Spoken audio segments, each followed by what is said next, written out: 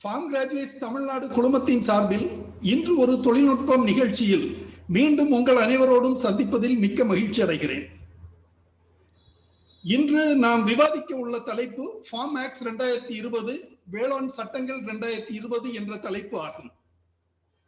கடந்த 2 மாதங்களாகவே நாடெங்கிலும் பலதரப்பட்ட மக்களாலும் விவாதிக்கப்பட்டு வரும் இந்த சட்டம் தொடர்பான பல்வேறு கருத்துக்கள்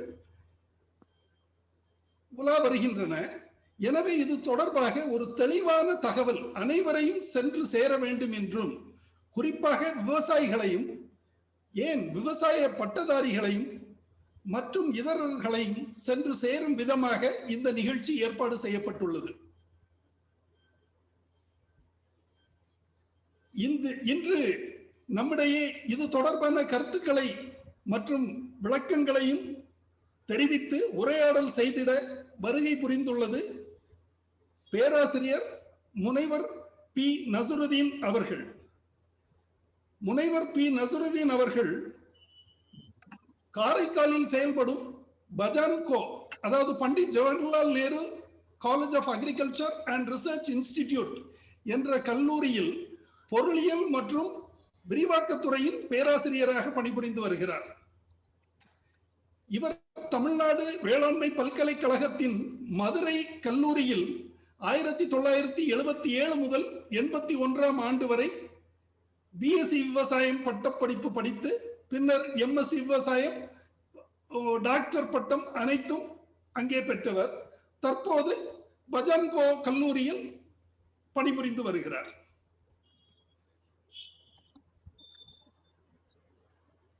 இன்று நாம் இந்த நிகழ்ச்சியில் புதிதாக இயற்றப்பட்ட வேளாண் சட்டத்தின் பல்வேறு அம்சங்கள் தொடர்பாகவும், திருத்தி அமைக்கப்பட்ட essential commodities act, EC act எனப்படும் அத்தியாவசிய பண்டங்கள் சட்டம் தொடர்பாகவும் தகவல்கள் நமக்கு தெரிவிக்கப்பட உள்ளன. இந்த சட்டங்கள் மூலம் விவசாயிகள் என்னென்ன பயன் அடைகிறார்கள் என்ற விவரங்கள் நமக்கு தெரிவிக்கப்படும். இந்த விஷயங்கள் நாம் விவாதத்திற்கு வரும்போது இதில் அரசியல் சாயம் கலராத வண்ணம் நாம் பார்த்து கொள்ள வேண்டும் என்று அனைவரையும் கேட்டுக்கொள்கிறேன். நமது பேச்சாளர் அவர்கள், ப்ரொஃபசர் அவர்கள் சட்ட நுணுக்கங்கள் தொடர்பாக இந்த சட்டத்தின் உள்ள அம்சங்கள் அனைத்தையும் நமக்கு தெளிவாக சொல்வார்கள். நமக்கு ஏற்படும் சந்தேகங்களையும் வினாக்களையும் அவர்களிடம் தனியாக, அது அவர்களுடைய ஸ்பீச் முடிந்த பிறகு கேட்டு தெரிந்து கொள்ளலாம். அவர்களை இந்த ஜூம் மேடைக்கு நமது அனைவர் சார்பிலும் வருக வருக என வரவேற்கிறேன். அடுத்ததாக நமது குழுமத்தின் கோ அட்மின் திரு NV நாராயணமூர்த்தி அவர்கள் நமக்கு இன்றைய நிகழ்ச்சி வழங்கும் ப்ரொஃபசர் அவர்களை எமக்கு அறிமுகப்படுத்தி இந்த அரிய வாய்ப்பினை நமக்கு பெற்றுக் கொடுத்த நமது கோ அட்மின் திரு நாராயணமூர்த்தி அவர்களை வருக வருக என வரவேற்கிறேன். இவர் பேராசிரியரின் உடன் கல்லூரியில் 1977 முதல் 81ஆம் ஆண்டு வரை மதுரையில் பயின்றவர். அவர்களை நம் அனைவரது சார்பில் வருக வருக என வரவேற்கிறேன். அடுத்ததாக இந்த நிகழ்ச்சியை அனைத்து தரப்பட்ட மக்களுக்கும் சென்று சேரும் வண்ணம் அதற்கு ஏற்ற ஜூம் மேடையை அமைத்து கொடுத்த கோவைஸ் ஃபவுண்டேஷன் நிறுவனத்தின் சார்பில் இங்கே வருகை புரிந்துள்ள திருமதி சூரிய நர்மதா அவர்களை வருக வருக என வரவேற்கிறேன். மேலும் இந்நிகழ்ச்சியை சிறப்பாக நடத்திட ஆலோசனைகள் வழங்கி ஒத்துழைப்பு கொடுத்து இக்குழு மற்றும் அனைத்து நிகழ்ச்சிகளும் நல்லபடியாக நடக்க உதவி புரிந்த இதர குழுவின் கோ அட்மின்களையும் உறுப்பினர்களையும், மேலும் இந்த நிகழ்ச்சியில் பங்கேற்க வந்துள்ள அனைத்து தரப்பட்ட நண்பர்களையும் வருக வருக என வரவேற்கிறேன். பேராசிரியர் முனைவர் பி நசுருதீன் அவர்களை பேச அழைக்கிறேன். வணக்கம்.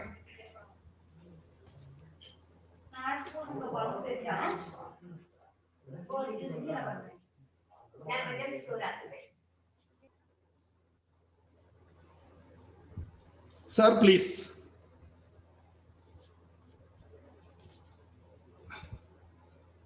Nasruddin sir, Nasruddin sir unmute பண்ணிக்கிங்க.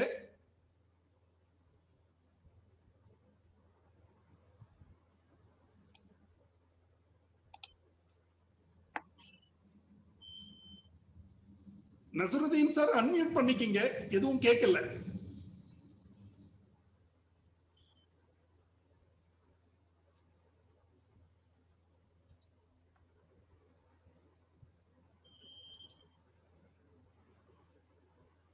நர்மதா அன்மியூட் பண்ண முடியுமா? அதான் பாக்குறேன். இல்ல அவங்களுக்கு இன்ஃபர்மேஷன் கொடுத்திருக்கேன் நானு.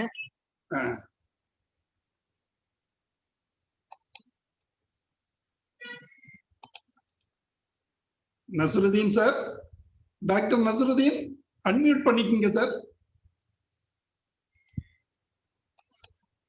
வரேன் சார். ஓகே.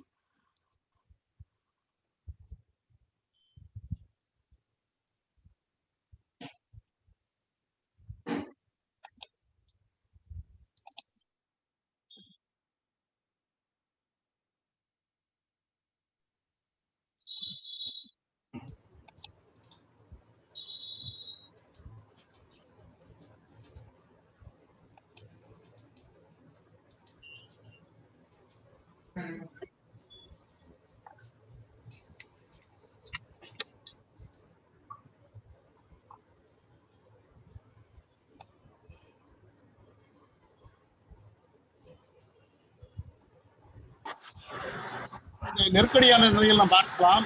விவசாயம் மட்டும்தான் நமது அரசை கை கொடுக்கின்றது.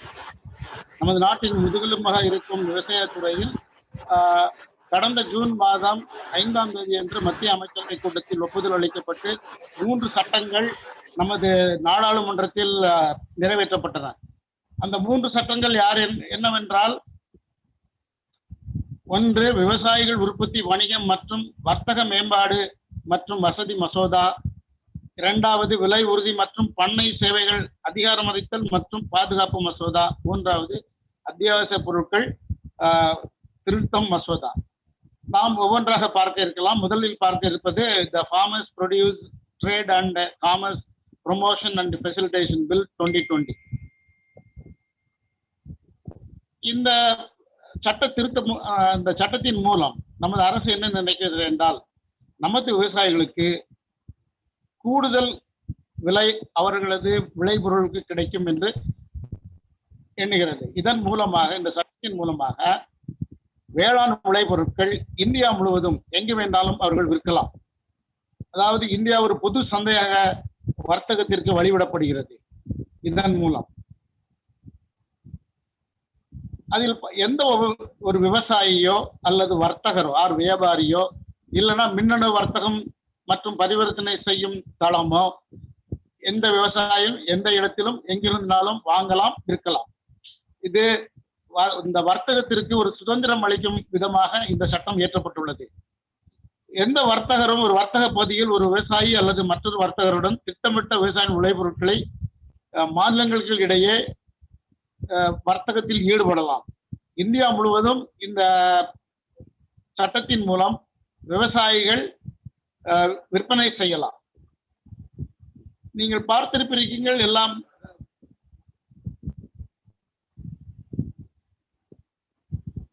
இதில் வர்த்தகம் பண்ணுவதற்கு முக்கிய பொருளே பேன் கார்டு தான். நம்ம பேன் கார்டு வச்சிருந்தா நம்ம விவசாயி வியாபாரியுடனோ, விவசாயியே இன்னொரு விவசாயிட்டே வாங்கலாம், வியாபாரி இன்னொரு வியாபாரிட்ட வாங்கலாம். தங்கு தடையின்றி இந்தியா முழுவதும் விவசாய பொருட்களை விற்கலாம்.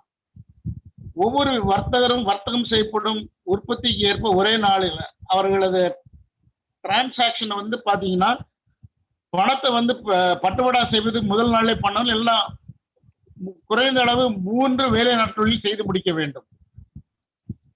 குறைந்த அளவு 3 வேலை நாட்களில் செய்து முடிக்க வேண்டும். அவர்கள் வருமான வரி சட்டத்தின் கீழ் ஒதுக்கப்பட்ட நிரந்தர கணக்கு பேன் எண்ணை கொண்டு மத்திய அரசு அல்லது உழவர் விற்பனை சங்கங்களின் மூலமாகவும் அல்லது மின்னணு ஆவணங்கள், மின்னணு ஈனாம் போன்ற மின்னணு ஆவணங்கள் மூலம், தளங்கள் மூலமும் வியாபாரம் செய்யலாம். இதில் பார்த்தீங்கள் என்றால் இன்டர்ஸ்டேட் அண்ட் இன்ட்ராஸ்டேட் பிசினஸ் வந்து அக்ரிகல்ச்சர்ல பண்ணலாம். மாநிலங்களுக்கு இடையே அந்த மாநிலத்திலோ எந்த ஒரு விவசாயிடனும் எந்த ஒரு உற்பத்தி சங்கத்துடன் அல்லனா எந்த ஒரு சப்ளை செயின்ல இருக்க யாருக்குனாலும் நம்ம விற்கலாம்.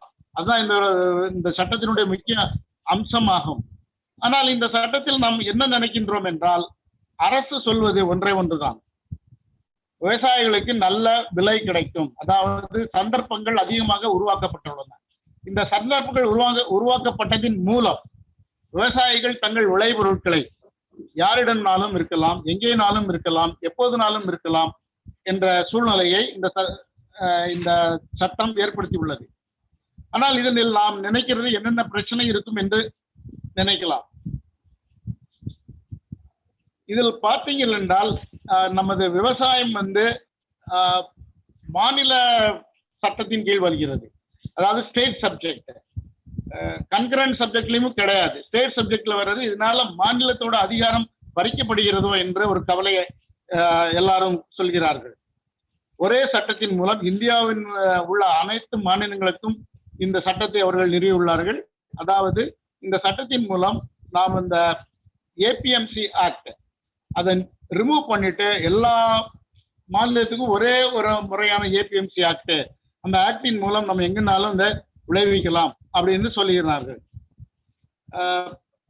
உதாரணமாக நான் சொல்ல வேண்டும் என்றால், நம்ம தமிழ்நாட்டில் வந்து விளைவிக்கக்கூடிய விளைபொருட்களை ஆந்திராவிலோ கேரளாவிலோ கர்நாடகாவிலோ விவசாயிகள் தாங்களாவே விற்கலாம். ஆந்திராவில் உள்ள வியாபாரி தமிழ்நாட்டில் வந்து கொள்முதல் செய்யலாம். இதுதான் இந்த சட்டத்தில் உள்ள பிரச்சனை. இவங்க என்ன சொல்றாங்கன்னா, மாநில உரிமை பறிபோகுமா அப்படிங்கிற கேள்விக்குரிய விவசாயிகளும் வைக்கிறாங்க, இதர எதிர்கட்சிகளும் வைக்கிறாங்க. இதுதான் அவங்க சொல்ற பிரச்சனையே.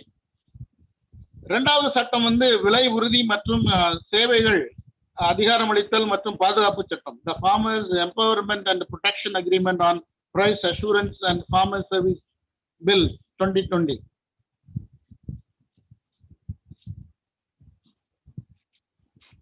இந்த சட்டத்தின் மூலம் விலை உத்தரவாதம், விவசாய சேவைகள் ஒப்பந்தம் மற்றும் விவசாய சேவைகள் சட்டம், இதன் மூலம் விவசாயிகள் எந்த மூன்றாம் நபருடன் ஒப்பந்தம் செய்து கொள்ளலாம்.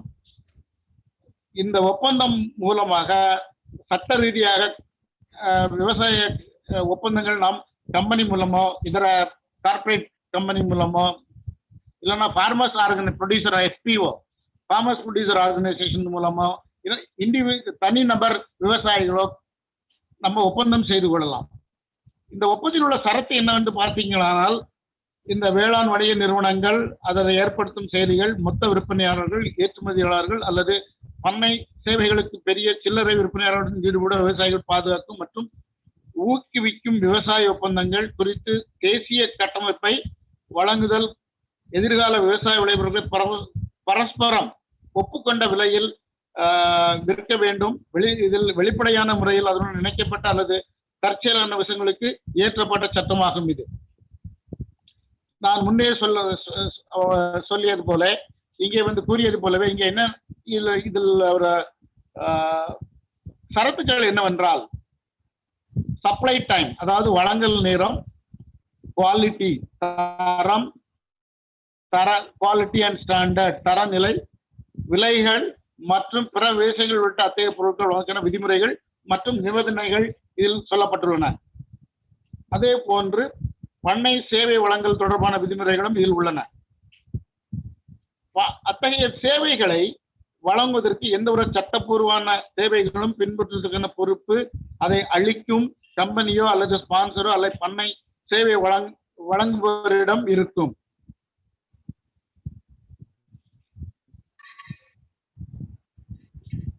இதில் பார்க்கப்போது என்றால், இந்த ஒப்பந்தம் வந்து ஒரு குறைந்தபட்ச ஒரு பயிர் பருவம் அல்லது கால்நடைகளின் ஒரு உற்பத்தி சுழற்சிக்காக இருக்க வேண்டும். அதிகமாக 5 ஆண்டு காலம் வரை இருக்கலாம். இதில் விவசாயிகள் எழுத்துப்பூர்வமாக அவர்கள் எழுத்துப்பூர்வமாக ஒப்பந்தங்கள் ஏற்படுத்திக் கொள்வார்கள். இதற்கு மத்திய அரசு வேண்டிய வழிகாட்டுதல்களை கொடுத்துள்ளது.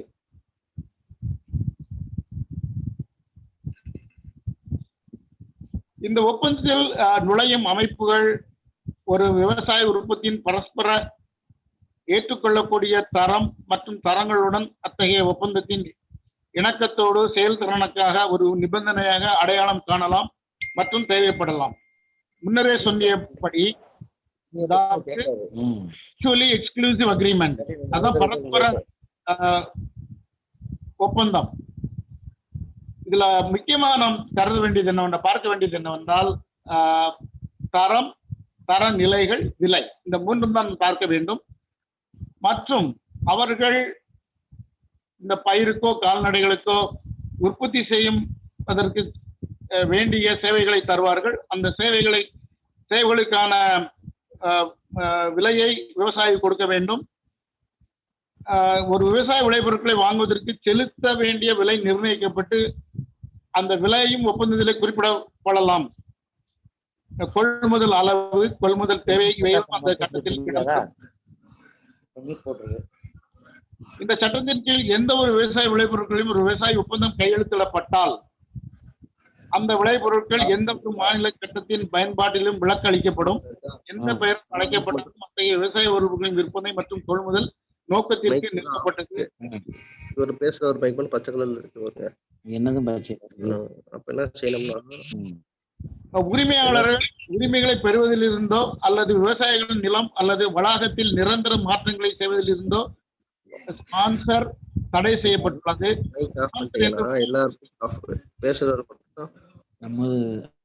கிராஸ் டாக் இருக்கு சார், எனக்கு டிஸ்டர்பன்ஸா இருக்கு. எல்லாமே கொஞ்சம் மியூட் பண்ணிக்கோங்களேன்.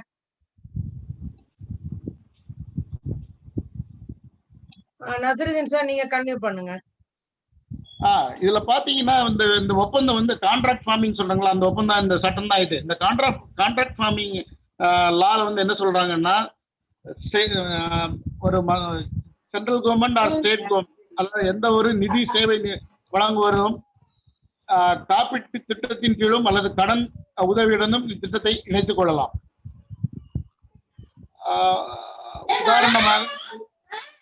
உதாரணமாக நான் இப்பொழுது கால்நடை வாங்க வேண்டும் என்றால், அந்த கால்நடைக்கு ஒரு வங்கியிலிருந்து கடன் பெறுகிறோம் என்றால் அந்த கடனை திட்டத்தில் இணைத்து அதுக்குள்ள இன்சூரன்ஸையும் திட்டத்தில் ஏற்படுத்திக் கொள்ளலாம். ஒரு ஒருங்கிணைப்பாளர் அல்லது பண்ணை சேவை வழங்குவர் நிறுவன விவசாய உற்பத்தியின் ஒரு அமைப்பாக மாறக்கூடும். இதுல வந்து கான்ட்ராக்டர், அதாவது இந்த corporate or individual or FPO யாரா இருந்தாலும் அவங்களும் இந்த ஒப்பந்தத்தில் ஒரு அங்கமாக கூடும்.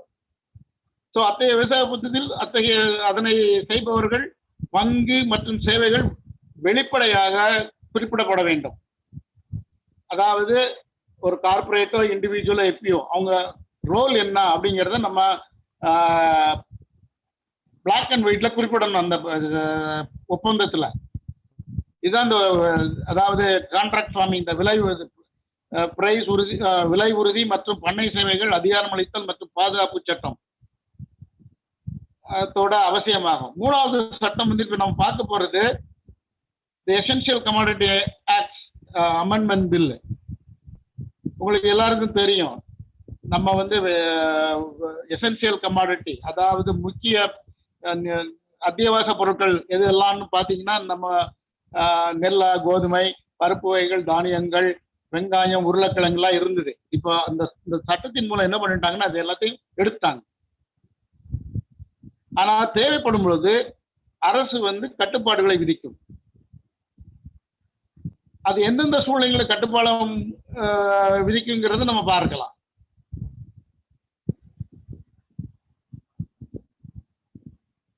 ஸோ இந்த அத்தியாவசிய பொருட்கள் திருத்த மசோதா மூலம் விவசாயிகளுக்கு என்ன பலன் என்று கேட்கலாம். விவசாயிகள் எவ்வளவு நாளும் சேமித்து வைக்கலாம், வியாபாரிகளும் எவ்வளவு நாளும் சேமித்து வைக்கலாம், எங்கனாலும் கொண்டு செல்லலாம், எங்கனாலும் அவங்க வந்து எடுத்துட்டு போகலாம்.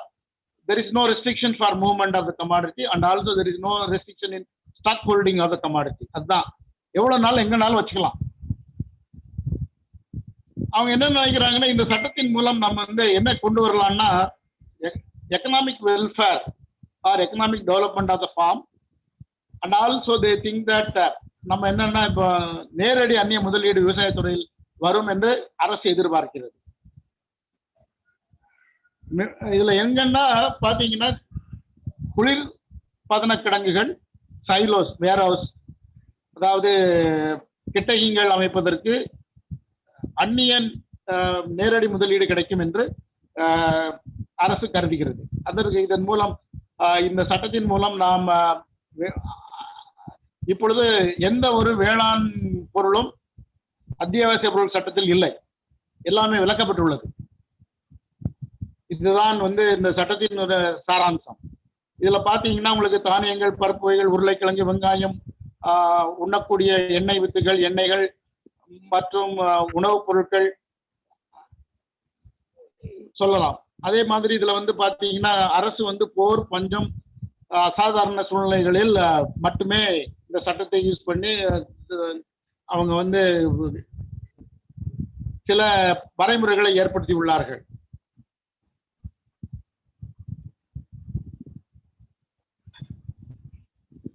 இதில் எவ்வளவாவது வரம்பு எந்த ஒரு நடைக்கும் விலை உயர்வை அடிப்படையாக கொண்டதாக இருக்கும். உங்களுக்கு பாத்தீங்கன்னா இப்போ விலை என்ன விலை ஆகுது, விலை ஏறிச்சுன்னா என்ன ஆகும், நம்ம விளைபொருள்களுக்கு நுகர்வோர்கள் எவ்வாறு இதன் மூலம் பயனடைவார்கள், அவர்களுக்கு என்னென்ன சூழ்நிலை ஏற்படும் என்பது சொல்றாங்க. பெரிஷபிள் கமாடிட்டி, அதாவது தோட்டக்கலை விளைபொருட்கள் சில்லறை விலையில் 100% அதிகரித்தாலோ, இல்லைன்னா தானிய வகைகள், பருப்பு வகைகளில், அதாவது செமி பெரிஷபிள் உணவுப் பொருட்கள் சில்லறை விலையில் 50% அதிகமானாலோ, இந்த அத்தியாவசிய பொருள் சட்டத்தின் மூலம் எவ்வளவு கொள்முதல் செய்யலாம், எவ்வளவு இருப்பு வைக்கலாம் என்பது அவர்கள் சொல்வார்கள். ஆனால் இதன் மூலம் 12 மாதங்களுக்கு முந்தைய விலை என்ன, அது எவ்வாறு இருக்கிறது என்பதை கணக்கிட்டு 5 வருடங்களுக்கான சராசரி சில்லறை விலை எது, இதுல எதில் குறைவாக இருக்கிறதோ அதை வைத்து இந்த சட்டத்தை கொண்டு வருகிறார்கள் அவர்கள்.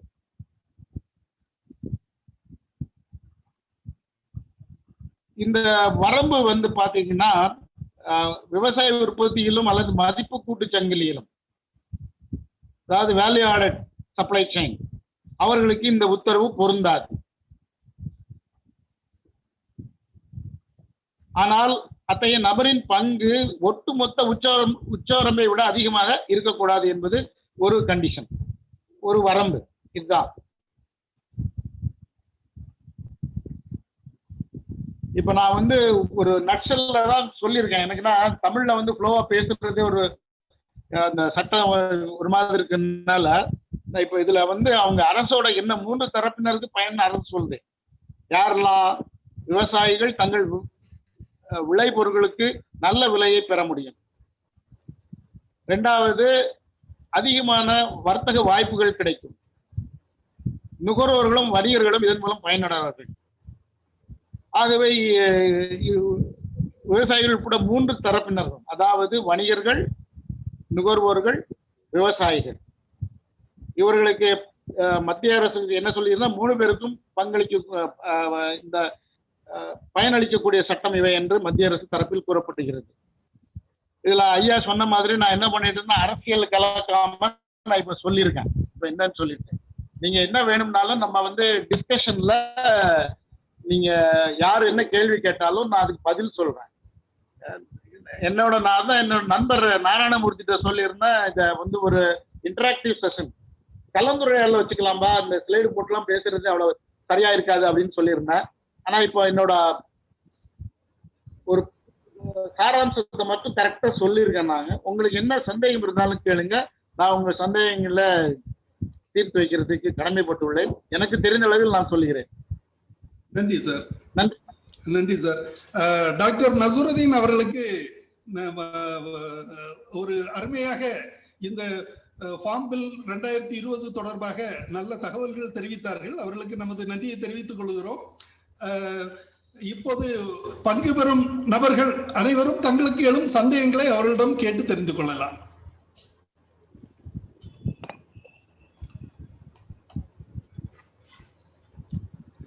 சார், முதல் கேள்வி நானே கேட்கிறேன். சொல்லுங்க சார். சார், ஃபார்ம் பில்ல வந்து அக்ரிமெண்ட் சைன் பண்ணி ஒரு ஃபார்மர் விவசாயம் பண்றாரு. விவசாயம் பண்ணி அறுவடை ஆகும்போது விலை கம்மி ஆயிடுச்சுன்னு சொல்லி அவங்க வாங்காம இருந்தா என்ன செய்யலாம் சார்? சார், இதுல வந்து நான் ஒரே ஒரு இதை மட்டும் விட்டுட்டேன். அது வந்து நீங்க கேள்வி கேட்கும்போது சொல்லலான் இருந்தேன். இதுல வந்து கிரீவன்ஸ் ரெட்ரஸல் செல்லுன்னு ஒண்ணு இருக்கு சார். சரிங்க சார். அந்த கிரீவன்ஸ் ரெட்ரஸல் செல்லை வந்து யாரு இதுல வந்து முக்கியமாக நம்ம பார்க்கக்கூடியது, விவசாயிகள் எந்த ஒரு நீதிமன்றத்துக்கும் செல்ல முடியாது இந்த சட்டங்கள் மூலம். சரி. உங்களுக்கு சப் கலெக்டர், அதாவது SDM, sub judicial sub divisional magistrate, அவர் வந்து ஆர்பிட்ரேஷன் அத்தாரிட்டி சார். சரி. அவருக்கு மேல அப்பீல் போனா டிவிஷனல் மேஜிஸ்ட்ரேட், அதாவது டிஸ்ட்ரிக்ட் கலெக்டர். ஓகே. ஆமா, இவங்க 2 பேரும் தான் பண்ண முடியும்.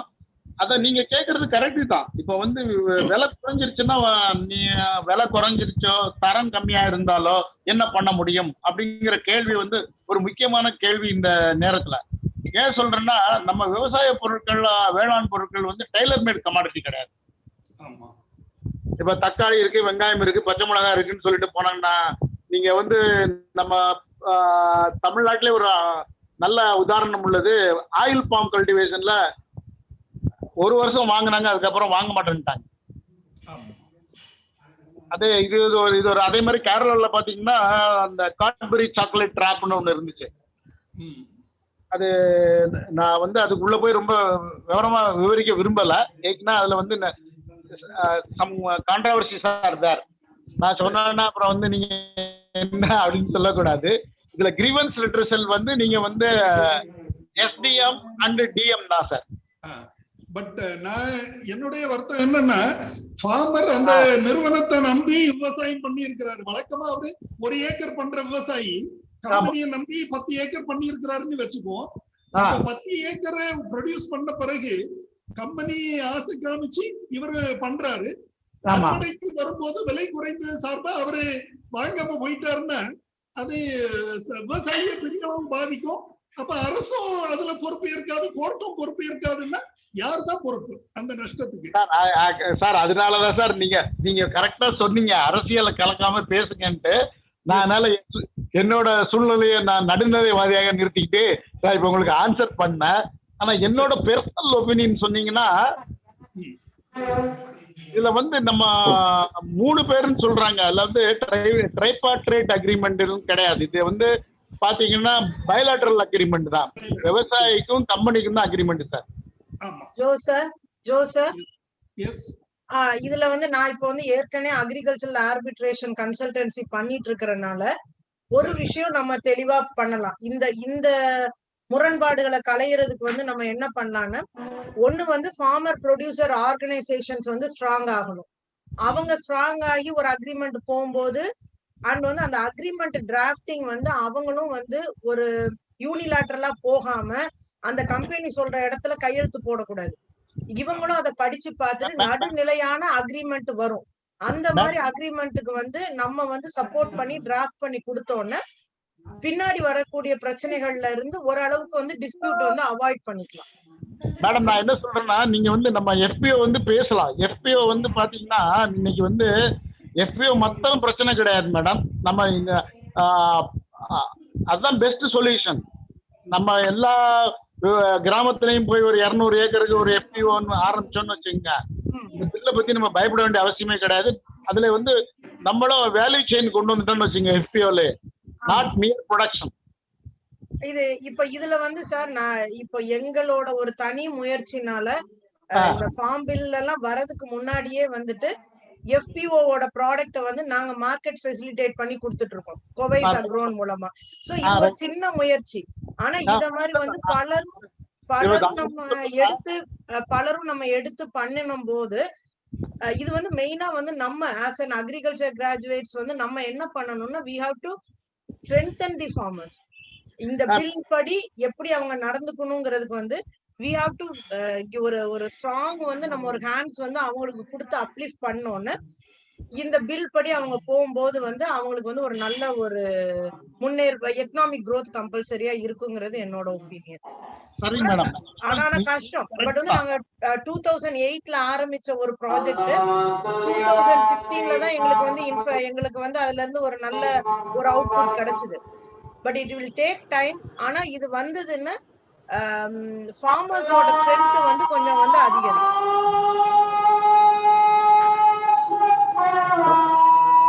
எனக்கு ஒரு ஒப்பீனியன் இருக்கு. சொல்லுங்க. சைலண்ட்ல போட சொல்லுங்க, ஒரே சத்தமா இருக்கு. இது ஹலோ மேடம், எனக்கு ஒரு ஒப்பீனியன் நான் சொல்ல விரும்புறேன். யாருங்க? பேர் பிரதீப் சொல்லுங்க. பேசுறேன். சொல்லுங்க sir. Mister Joe sir junior sir தான் எனக்கு இந்த மெசேஜ் அனுப்பியிருந்தாங்க. பேர் சொல்லுங்க சார், உங்க பேர் சொல்லுங்க கொஞ்சம். Tennessine, Pradeep tennessine.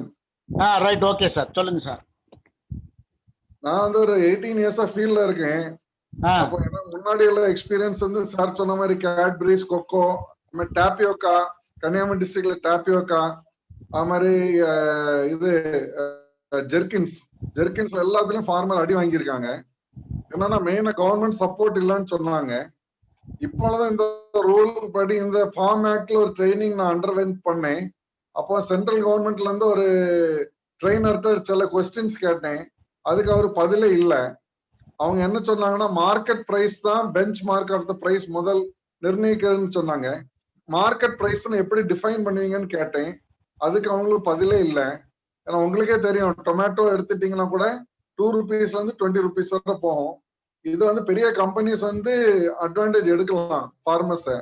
ஏன்னா ஃபார்மர்ஸ் வந்து என்னைக்குமே அப்லிஃப்ட் பண்ணணும்னா அவங்களுக்கு ஒரு செக்யூரிட்டி செயின் இருக்கணும், ஒரு செக்யூரிட்டி நெட் இருக்கணும்.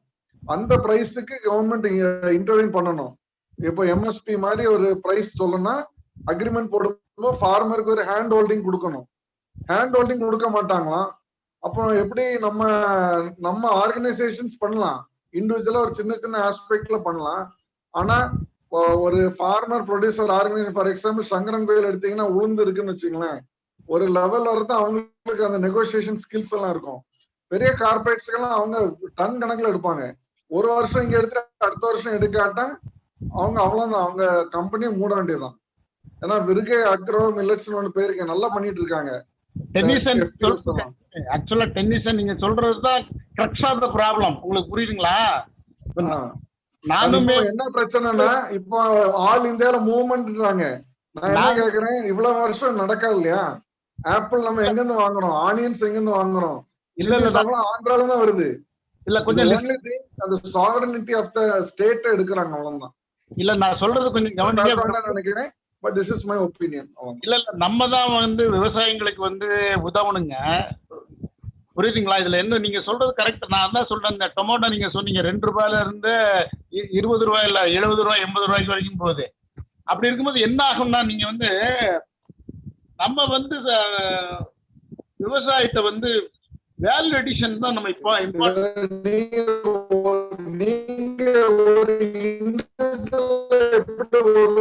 சொல்லுங்க.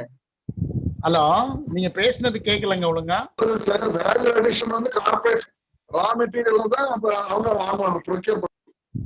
நீங்க வந்து வேல்யூ அடிஷன் தான் நீங்க வந்து கார்ப்பரேட் நம்ப கூடாது. இப்போ எஃபிஓ வந்து வேல்யூ அடிஷன் கொண்டு வரலாம். இப்போ கோஆபரேட்டிவ்ஸ்ல அமுல் எப்படிங்க சக்சஸ் ஆச்சு, அந்த மாதிரி நம்ம வந்து can we able to form a successful FPO for commodities? Hello, நீங்க சொல்லுங்க சார், நான் அது தெரியல. இல்ல நான் ரொம்ப நிறைய லேக்குனா இருக்கு சார். அந்த ட்ரெயினர்கிட்ட சில கொஸ்டின்ஸ் கேட்டதுக்கு ஆன்சரே வரல. ஏன்னா அவங்க அந்த ஆக்ட் சொன்ன என்ன, வாட் இஸ் த ஸ்பெஷாலிட்டி இந்த ஆக்ட் சொல்றீங்க, மாதிரி கோல்ட் ஸ்டோரேஜ் ஃபெசிலிட்டி எல்லாம் உங்களுக்கு கிடைக்கும். நீங்க இன்னைக்கு நபார்ட்ல கோல்ட் ஸ்டோரேஜ் கொடுத்த எல்லாமே அண்டர் யூட்டிலைஸ்டா இருக்கு. 300 டன் ஃபெசிலிட்டி வச்சாங்கன்னா 30 டன்னுக்கு தான் வச்சிட்டு இருக்காங்க. நம்ம அக்ரி மார்க்கெட்டிங்ல வச்சிருக்க கோல்ட் ஸ்டோரேஜ் பாவூர் சத்திரத்துல 10% தான் யூட்டிலைசேஷன் இருக்கு. இதுல என்ன பண்ணிட போறாங்க? இல்ல நான் சொல்றது கரெக்ட். ஏன் அது அண்டர் யூட்டிலைஸ்டா இருக்கு? நான் சொல்ல கிரவுண்ட் லெவல் சார், கிரவுண்ட் லெவலுங்க உங்களை எடுத்து சொல்றேன், அவ்வளவுதான். நான் அதை சொல்ல டென்னிசன், நான் வந்து நானுமே 37 வருஷம் ஃபீல்ட்ல தான் இருக்கேன். நான் வந்து வேற கண்டக்டிங் எலாபரேட் சர்வேங்க. நான் உங்க கன்னியாகுமரியிலயும் சர்வே கண்டக்ட் பண்ணியிருக்கேன், பாவூர் சித்தூர்லயும் கண்டக்ட் பண்ணியிருக்கேன். எனக்கு சொந்த ஊரே கடையம் பக்கத்துல தான். ஹலோ, நான் சங்கரன்வேல 8 இயர்ஸா இருந்தேன், இப்ப கடையநல்லூர்ல பாருங்க சார். நான் எனக்கு சொந்த ஊருக்கு ரமணசமுத்திரம்னு சொல்லிட்டு கடையம் பக்கம் தான். சொல்றது புரியுதுங்களா? நம்ம ஏரியால வந்து நிறைய பேர் விவசாயிகள், சின்ன சின்ன விவசாயிகள் தான் எல்லாருமே. இந்த சின்ன சின்ன விவசாயிகள்ல நம்ம வந்து ஒருங்கிணைக்கணும். அதுதான் நம்மளோட வேலை. இப்போ இந்த அக்ரிகல்ச்சர் கிராஜுவேட்ஸ் வேலை என்னன்னா, எல்லாருமே ஒருங்கிணைப்பா ஒரே பயிர். இப்ப வந்து நீங்க எல்லாம் சொல்றீங்க கான்ட்ராக்ட், நம்ம வந்து இப்ப எல்லாருமே கான்ட்ராக்ட் ஃபார்மிங் பத்தி தான் பேசிட்டு இருக்கோமே தவிர அதனோட FPO ஃபார்ம் பண்ணக்குள்ள காரணமே டு ஃபெசிலிட்டேட் ஈஸியா கார்ப்பரேட்ஸ்க்கு சார். அவ்வளவுதான். ரைட்டுங்க. நீங்க ஃபார்மரை தேடி போக வேண்டாம், ஒரே ஆள் அவங்க பிடிச்சிக்கிட்டா போதும், அவ்வளவுதான். இல்ல ரைட். எல்லா FPO சார் 30% லிட்ரேட். எல்லா FPO 30% லிட்ரேசி சார். 1000 மெம்பர் இருக்காங்கல்ல, 300 பேர் தான் லிட்ரேட். இல்ல எனக்கு 30% புரியுது. சொல்றத கொஞ்சம் கேளுங்க. சொல்லுங்க சார். நஸ்ருதீன் சார் சொல்லுங்க. இல்ல நீங்க சொல்லுங்க. யாராவது நான் சொல்றதை கேளுங்க, நீங்களா அவங்க சொல்லுங்க. இல்ல சார் சொல்றத கேளுங்கன்னு சொன்னேன் நான் தான். ஓ ரைட் சார். நான் என்ன சொல்றேன்னா, இப்ப வந்து ஆக்சுவலா வந்து பாத்தீங்கன்னா சார், இன்னைக்கு தான் பில்லு வந்திருக்குன்ட்டு இல்ல, நம்ம தான் தமிழ்நாடு தான் வந்து first state to form contract farming bill. அந்த பில்லு படி நம்ம கான்ட்ராக்ட் ஃபார்மிங் பில்லை பத்தி தான் பேசிட்டு இருக்கோமே தவிர மற்ற 2 பில்லு என்ன ஆகும் அப்படிங்கிறது இதுல வந்து ஒவ்வொரு சட்டமும் பின்னி பிணைந்து உள்ளது. 3 சட்டமுமே அதனாலதான் மொத்தமா கொண்டு வந்திருக்காங்க. இப்ப அவர் சொன்னாரு வந்து கோல்டு ஸ்டோரேஜ் வந்து குளிர்பதன கிடங்க வந்து அண்டர் யூட்டிலைஸ்ட் பாவூர் சித்திரம்னாரு. ஏன் நம்ம வந்து அதை ஸ்கேல் அப் பண்ண முடியலையா? ப்ரொடக்ஷனை ஸ்கேல் அப் பண்ணா வந்து கேட்கல சார். எஸ்மால இது எசென்ஷியல் கமாடிட்டிஸ் ஆக்ட் அமெண்ட்மென்ட் இருக்குல்ல, அதுல எப்படி இதெல்லாம் பெனிஃபிட் வரும் நான் கேக்குறேன். இல்லங்க, எசென்சியல் கமாடிட்டி ஆக்ட் எடுத்ததுனால ஒன்றும் பெனிஃபிட் கிடையாது. ஆக்சுவலா வந்து எசென்சியல் கமாடிட்டி ஆக்ட் 2 விதமா நீங்க பார்க்கலாம். ஒன்னு பாதகமாகவும் பார்க்கலாம், ஒன்னு சாதகமாகவும் பார்க்கலாம். இல்ல எசென்சியல் கமாடிட்டி ஆக்ட் மூலமா கோல்ட் ஸ்டோரேஜ் இதெல்லாம் ஈஸியா அக்சஸ் பண்ணலாம்னு சொல்றாங்கல்ல, அது எப்படின்னு கேக்குறேன். இல்லங்க, எசென்சியல் கமாடிட்டி ஆக்ட்ல வந்து எல்லாமே ஒரு பார் இருந்தது. இவ்வளவுதான் நீங்க கோடவுன்ல ஸ்டாக் வச்சுக்கலாம், இவ்வளவுதான் இருக்கு. இப்ப அந்த ஸ்டாக் லிமிட் எடுத்துட்டாங்க. இப்ப இந்த ஸ்டாக் லிமிட் எடுத்தா இப்ப நீங்க FPO இருந்தா உங்களுக்கு லாபம் இல்ல. நம்ம FPO இண்டிவிஜுவல் விவசாயி, தனி நபர் விவசாயம் பண்றதுன்னா அதுல கண்டிப்பா நமக்கு நஷ்டம் தான். இப்ப வந்து நீங்க என்ன சொல்றீங்கன்னா, நான் தான் சொல்றேனே, இந்த எசென்சியல் கமாடிட்டி ஆக்ட்ல இருந்து இந்த ஸ்டாக் லிமிட்டர் ரிலீஸ் பண்ணதுனால அதாவது கோல்டு ஸ்டோரேஜ் செயின் வந்து இப்போ நிறைய கம்பெனிகள் பண்ணலாம் அப்படின்னு சொல்லிட்டு நமக்கு வந்து ஃபாரின் டைரக்ட் இன்வெஸ்ட்மெண்ட் வரும் அந்த செக்டார்ல அப்படின்னு கவர்மெண்ட் நினைக்குது. அதே மாதிரி ஒரு 2-3 கம்பெனிகள் பண்ணிட்டு இருக்காங்க. இப்ப பாத்தீங்கன்னா வந்து Adani is having a silos. They are having a silos and also they are giving silos as on rent to the government now. The government is utilizing the silos of Adani. அந்த மாதிரி தான் அவங்க சொல்றாங்க. நம்ம என்ன சொல்றேன்னா, நான் வந்து என்ன சொல்றேன்னா, எசென்சியல் கமாடிட்டி ஆக்ட்ல இருந்து எதுவுமே எல்லா நம்ம வேளாண் பொருட்கள், விளை பொருட்கள் எதுவுமே கிடையாதுங்க. எசென்சியல் கமாடிட்டி ஆக்ட்ல அத்தியாவசிய பொருள் எது இல்லைன்ட்டாங்க. அதை நம்ம ஒத்துக்கிறோம். ஃபார்மர்ஸ் தான் most well informed farmers sir. அதான் அவங்க ப்ரொடெஸ்ட் பண்றாங்க. இந்த கான்ட்ராக்ட் ஃபார்மிங்ல மோஸ்ட் வெல் இன்ஃபார்ம்ட் ஃபார்மர்ஸ் வந்து பஞ்சாப் அண்ட் சண்டிகர் ஃபார்மர்ஸ் தான். இல்ல நீங்க கரெக்ட்டா அவங்க பேசுறாங்க. இல்ல நீங்க நான் என்ன சொன்னா, வெல் இன்ஃபார்ம்டு ஃபார்மர்ஸ் நம்ம சொல்றது கரெக்ட் தான். அது வந்து நம்ம இல்ல. எதுக்கு பஞ்சாப் ஃபார்மரும் ஹரியானா ஃபார்மரும் தெருவுக்கு வந்திருக்காங்க இன்னைக்கு சொல்லுங்க பார்க்கலாம். They are the most educated sir. They are most well informed. அப்படி கிடையாதுங்க. மோஸ்ட் எஜுகேட்டட் இல்ல, they are most affected people. எதுக்கு சொல்றேன்னா, எங்கிட்ட ஒரு ஸ்டாட்டிஸ்டிக்ஸ் இருக்கு, அதை சொல்றேன். வெல் இன்ஃபார்ம்டு சார் அவங்க. எங்கிட்ட ஒரு ஸ்டாட்டிஸ்டிக்ஸ் இருக்கு, அதை சொல்றேன், அப்புறம் நீங்க வந்து புரிஞ்சுக்குவீங்க. டோட்டல் ப்ரொடக்ஷன்ல 80% of the produce purchased in Haryana and Punjab by food corporation of India. இந்த ஃபுட் கார்பரேஷன் ஆஃப் இந்தியா இதுல பர்ச்சேஸ் பண்றாங்கன்னா under MSP. Yes under MSP, அதாவது குறைந்தபட்ச ஆதார விலை. அதனாலதான் அவங்க இப்ப வந்து தெருவுக்கு வந்திருக்காங்க. இப்ப கார்பரேட்டுக்கு போச்சுன்னா அந்த விலை கிடைக்காதோ, அதோட அவங்களுக்கு இருக்கு. நீங்க வந்து நம்ம எலாபரேட்டா டிஸ்கஸ் பண்ணலாம். ஒண்ணு வந்து எம்எஸ்பி இருக்குமா இருக்காதா, ரெண்டாவது வந்து பொது விநியோக திட்டம் இருக்குமா இருக்காதா, மூணாவது அரசு கொள்முதல் இருக்குமா இருக்காதா, எல்லாமே உள்ளதான். நான் என்ன சொல்றேன்னா, இப்ப வந்து நம்ம வந்து கவர்மெண்ட் வந்து it is a bounden duty of the government to supply food grains under Food Security Act. அதுக்கு அவன் பர்ச்சேஸ் பண்ணியே தான் ஆகணும். அதனால வந்து அவங்க பண்ண மாட்டாங்களா என்ன ஏது அப்படிங்கிறது நம்ம வந்து ஒரு கொஸ்டின் மார்க் வச்சுங்க. அதே சில பேர் சொல்லுவாங்க, சார் அந்த now they are coming under DBS, direct benefit scheme. அதாவது உங்களுக்கு உணவு தானியம் கொடுக்காம உங்க அக்கௌண்ட்ல பணத்துல வங்கியில காசா நாங்க டெபாசிட் பண்ணிடுறோம். அப்போ வந்து நீங்க என்னனாலும் வாங்கிக்கலாம், அரிசி பருப்பு வாங்கன்னு தான் இல்ல, எதுனாலும் வாங்கிக்கலாம். we are having a wide opportunity to you அப்படிங்கிற மாதிரி அதுவும் கவர்மெண்டோட இதுதான். ஏன்னா பாண்டிச்சேரியில இஸ் ஆல்ரெடி இன் வோக். பாண்டிச்சேரியில செஞ்சுட்டு இருக்காங்க. மாசத்துக்கு மாசம் இத்தனை ஒரு கார்டுக்கு இவ்வளவுன்னு காசு போட்டுக்கிட்டு இருக்காங்க. அதாவது பாண்டிச்சேரியில வந்து டார்கெட்டட் பிடிஎஸ் தான், யூனிவர்சல் பிடிஎஸ் கிடையாது. பட் தமிழ்நாட்டில் வந்து யூனிவர்சல் பிடிஎஸ், அதாவது எல்லாருக்குமே பொது விநியோக திட்டத்துல நம்ம அரிசியை பருப்பு சீனி சக்கரை வாங்கிக்கலாம். ஆனா பாண்டிச்சேரி அப்படி கிடையாது. வறுமை கோட்டுக்கு கீழ் வறுமை கோட்டுக்கு மேல் அந்த மாதிரி பண்ணிட்டாங்க டார்கெட்டட் பிடிஎஸ். நீங்க சொல்றது வந்து பஞ்சாப்ல என்ன நான் சொல்றேங்க, 80% of the total food grain production, paddy and wheat was purchased by Food Corporation of India under MSP. இது மற்ற நம்ம தமிழ்நாட்டில் வந்து டிபிசி இருக்கான்னு பாருங்க. டிபிசி எவ்வளவு கவர் பண்றாங்க பேடிக்குன்னு பாருங்க. உங்களுக்கு இந்த வருஷத்துக்கு வந்து 39 மில்லியன் டன்ஸ் வந்து ப்ரொக்யூர் பண்ணியிருக்காங்க பஞ்சாப்லயும் ஹரியானாலையும். அதே மாதிரி இந்த வருஷம் எம்எஸ்பியில அதிகமா ப்ரொக்யூர் பண்ணிருக்க, வீட் அதிகமா ப்ரொக்யூர் பண்ணிருக்க மாநிலம் வந்து மத்திய பிரதேசம். நம்ம என்ன சொல்லுவோம்னா, அதனால நம்ம என்ன எம்எஸ்பி எடுத்துருவாங்கன்னு சொல்ல முடியாது. நமக்கு ஒரு பயம் இருக்குது, விவசாயிகளுக்கு ஒரு பயம் இருக்குது, அதை எடுத்துருவாங்கன்னு சொல்ல முடியாது. இப்ப பொது விநியோக திட்டத்தை நான் சொன்னேன் 2 வருஷத்துல தெரியும் சார்.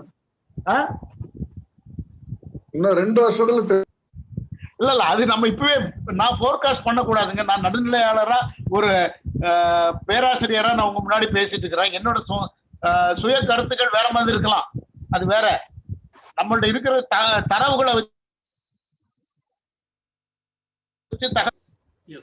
அதான் நான் பண்ணிட்டேன். அதான் முதல்ல பண்ணும்போதே சொல்லிட்டாங்க, இதை அரசியல் ஆக்கிறாதீங்க அப்படின்ட்டாங்க. இல்லைன்னா நான் இதுல கூட நான் வேற மாதிரி பேசியிருப்பேன்.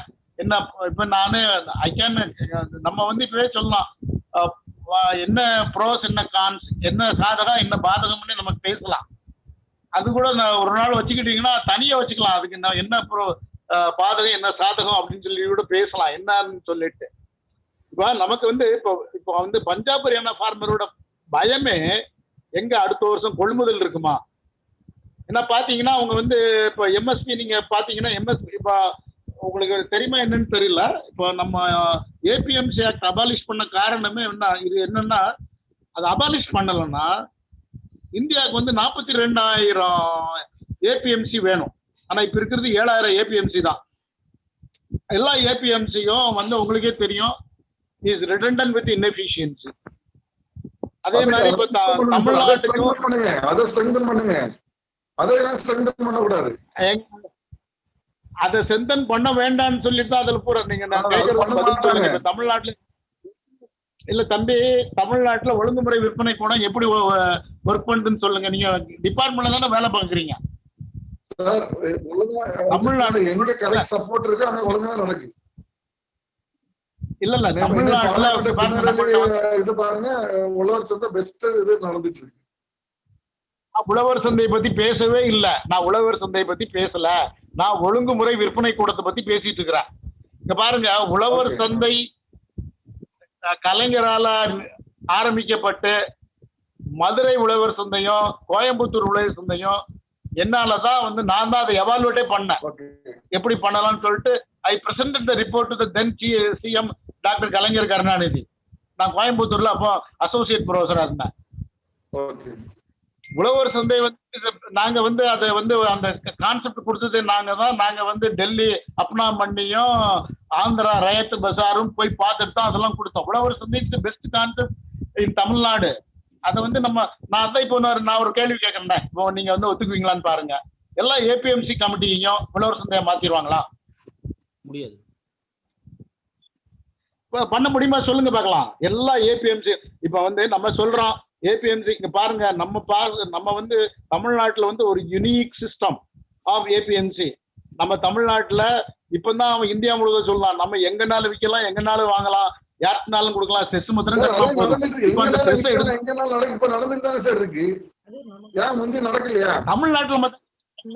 கிடையாதுங்க. வருது எங்கனால அது எங்க இருந்து வருது? ஒன் கண்ட்ரி ஒன்னு சொல்லலாம். எல்லாம் நடந்துட்டு எக்ஸ்கியூஸ் மீ, ஆந்திர பிரதேசத்துல ஏபிஎம்சி மார்க்கெட் கமிட்டில தான் போய் வாங்கணும், வெளியில வாங்க முடியாது. நமக்கு கர்நாடகா நமக்கு இல்ல கர்நாடகால இருந்து நமக்கு பொன்னி அரிசி வருதுனால நீங்க நெல் வந்து அவன் வந்து ஏபிஎம்சி மண்டியில தான் வாங்குவான். அதே மாதிரி காய்கறி வருதுனால ஏபிஎம்சி மண்டியில தான் வரும். நம்ம ஒழுங்குமுறை விற்பனை கூடத்துல காய்கறி எதுவுமே கிடையாது, எந்த இதுவுமே கிடையாது எக்ஸப்ட் பட்டுக்கோட்டை என்ற ஓசூர். பட்டுக்கோட்டையிலையும் ஓசூர்லையும் காய்கறி விற்கிறாங்க ஒழுங்குமுறை விற்பனை கூடத்துல. வேற எங்கேயாவது விற்காங்களா சொல்லுங்க பார்க்கலாம். நம்மகிட்ட இருக்கிறதே 14 கமாடிட்டி தாங்க நோட்டிஃபை கமாடிட்டி. அது ஒவ்வொரு மார்க்கெட் கமிட்டிக்கும் ஒவ்வொரு கமாடிட்டியும் நோட்டிஃபை பண்ணியிருக்காங்க. இப்ப பாத்தீங்கன்னா ஈரோடுல அவல் பூந்துறைன்னு ஒரு ஊர் இருக்கு. அங்க பாத்தீங்கன்னா ஆயில் சீட்ஸ் தான். எல்லா கமாடிட்டியும் நோட்டிஃபை பண்ணல. மோஸ்ட் ப்ராபபிளி பேடி மாத்திரம் எல்லா மார்க்கெட் கமிட்டில இருக்கும், ரெகுலேட்டட் மார்க்கெட்ல இருக்கும். இப்போ நம்மகிட்ட இருக்கிறத நீங்க பாத்தீங்கன்னா ஒவ்வொரு ரெகுலேட்டட் மார்க்கெட்டுக்கும் ஒவ்வொரு வகையான நோட்டிபிகேஷன்.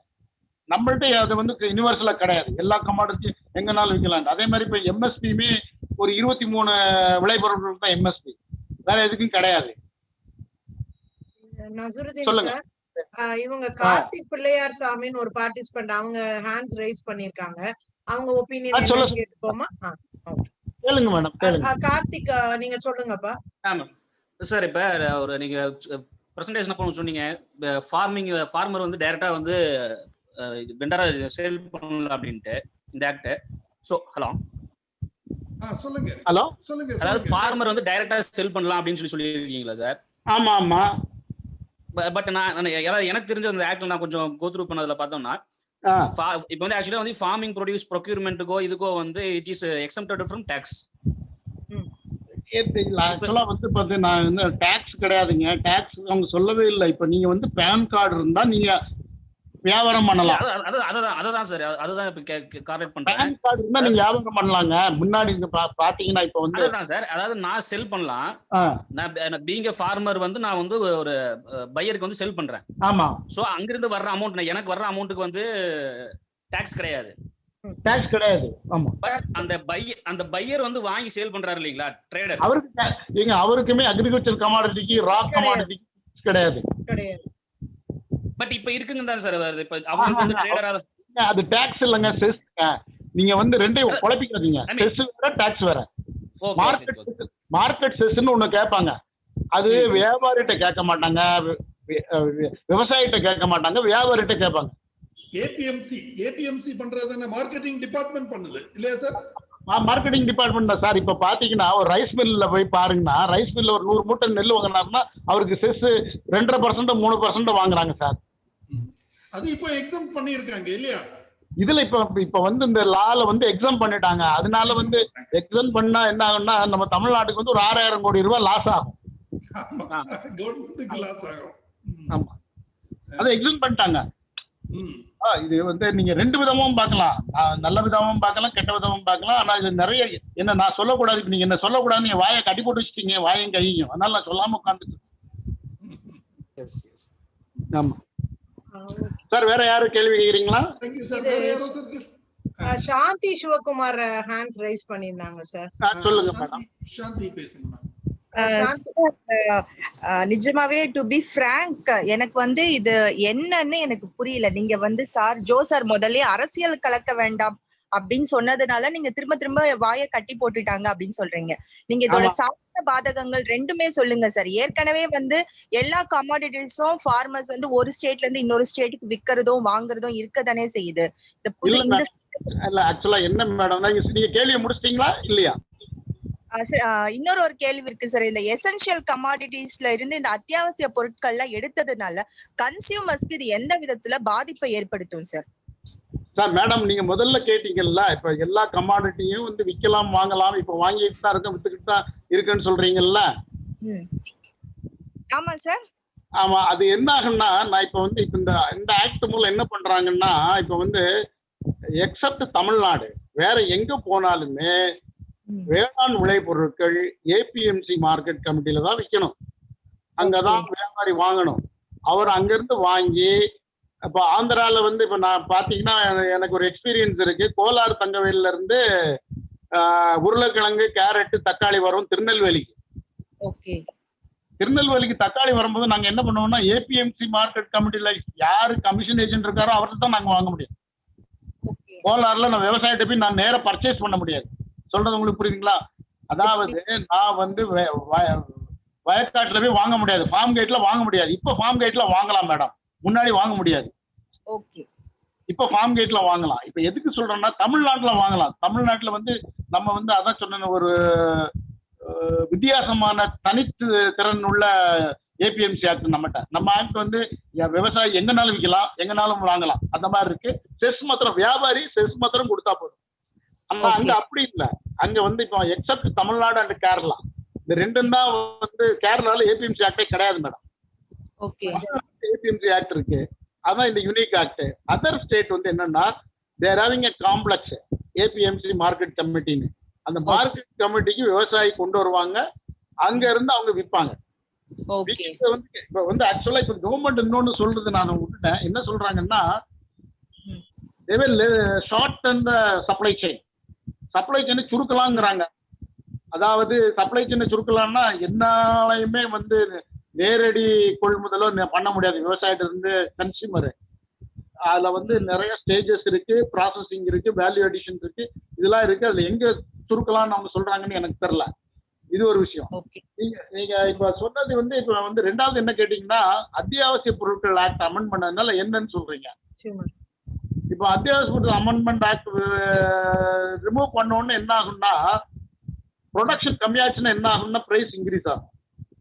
அதுக்கு முன்னாடி என்ன பண்ணாங்கன்னா, நான் தான் சொன்னேன், அதாவது பெரிஷபிள் கமாடிட்டி அப்படின்னா 100% பிரைஸ் இன்க்ரீஸ் இருக்கணும்.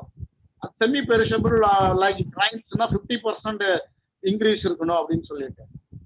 இப்போ வந்து ஒண்ணும் இல்லை. இப்போ வந்து எசென்சியல் கமாடிட்டி ஆக்ட்ல பெரிஷபிள் ரெண்டே கமாடிட்டி தான் மேடம், உருளைக்கிழங்கும் வெங்காயம் தான்.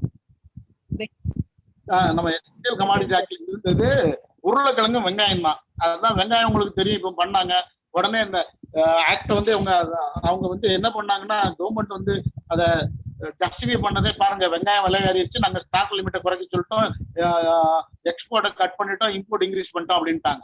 சொல்றது உங்களுக்கு புரியுதுங்களா? அப்படி இருந்தும் நமக்கு வந்து நுகர்வோருக்கு இது பாதகம் தான். நான் ஓப்பனா தான் சொல்றேன், இன்க்ரீஸ் ஆகும். இப்ப வந்து முன்னாடி வந்து ஸ்டாக் லிமிட் வச்சிருந்தோம், இப்ப ஸ்டாக் லிமிட் கிடையாது. இப்ப வந்து பெரிய கார்பரேட்கள் வந்து ஸ்டாக் இன்க்ரீஸ் பண்ணி ஒரு ஆர்டிபிஷியல் டிமாண்ட் கிரியேட் பண்ணாங்கன்னு வச்சுங்க, விலை இன்க்ரீஸ் தான் ஆகும். நான் சொல்றது உங்களுக்கு புரிஞ்சிருக்கு. விலாபாரியா சொல்லணும்னா அதுக்கு ரொம்ப நேரம் ஆகும் மேடம். இது நீங்க எனக்கு வந்து 1 hour அப்புறம் அந்த இது I am not bother about that. நீங்க கேட்டீங்கன்னா நான் வந்து சொல்றேன்.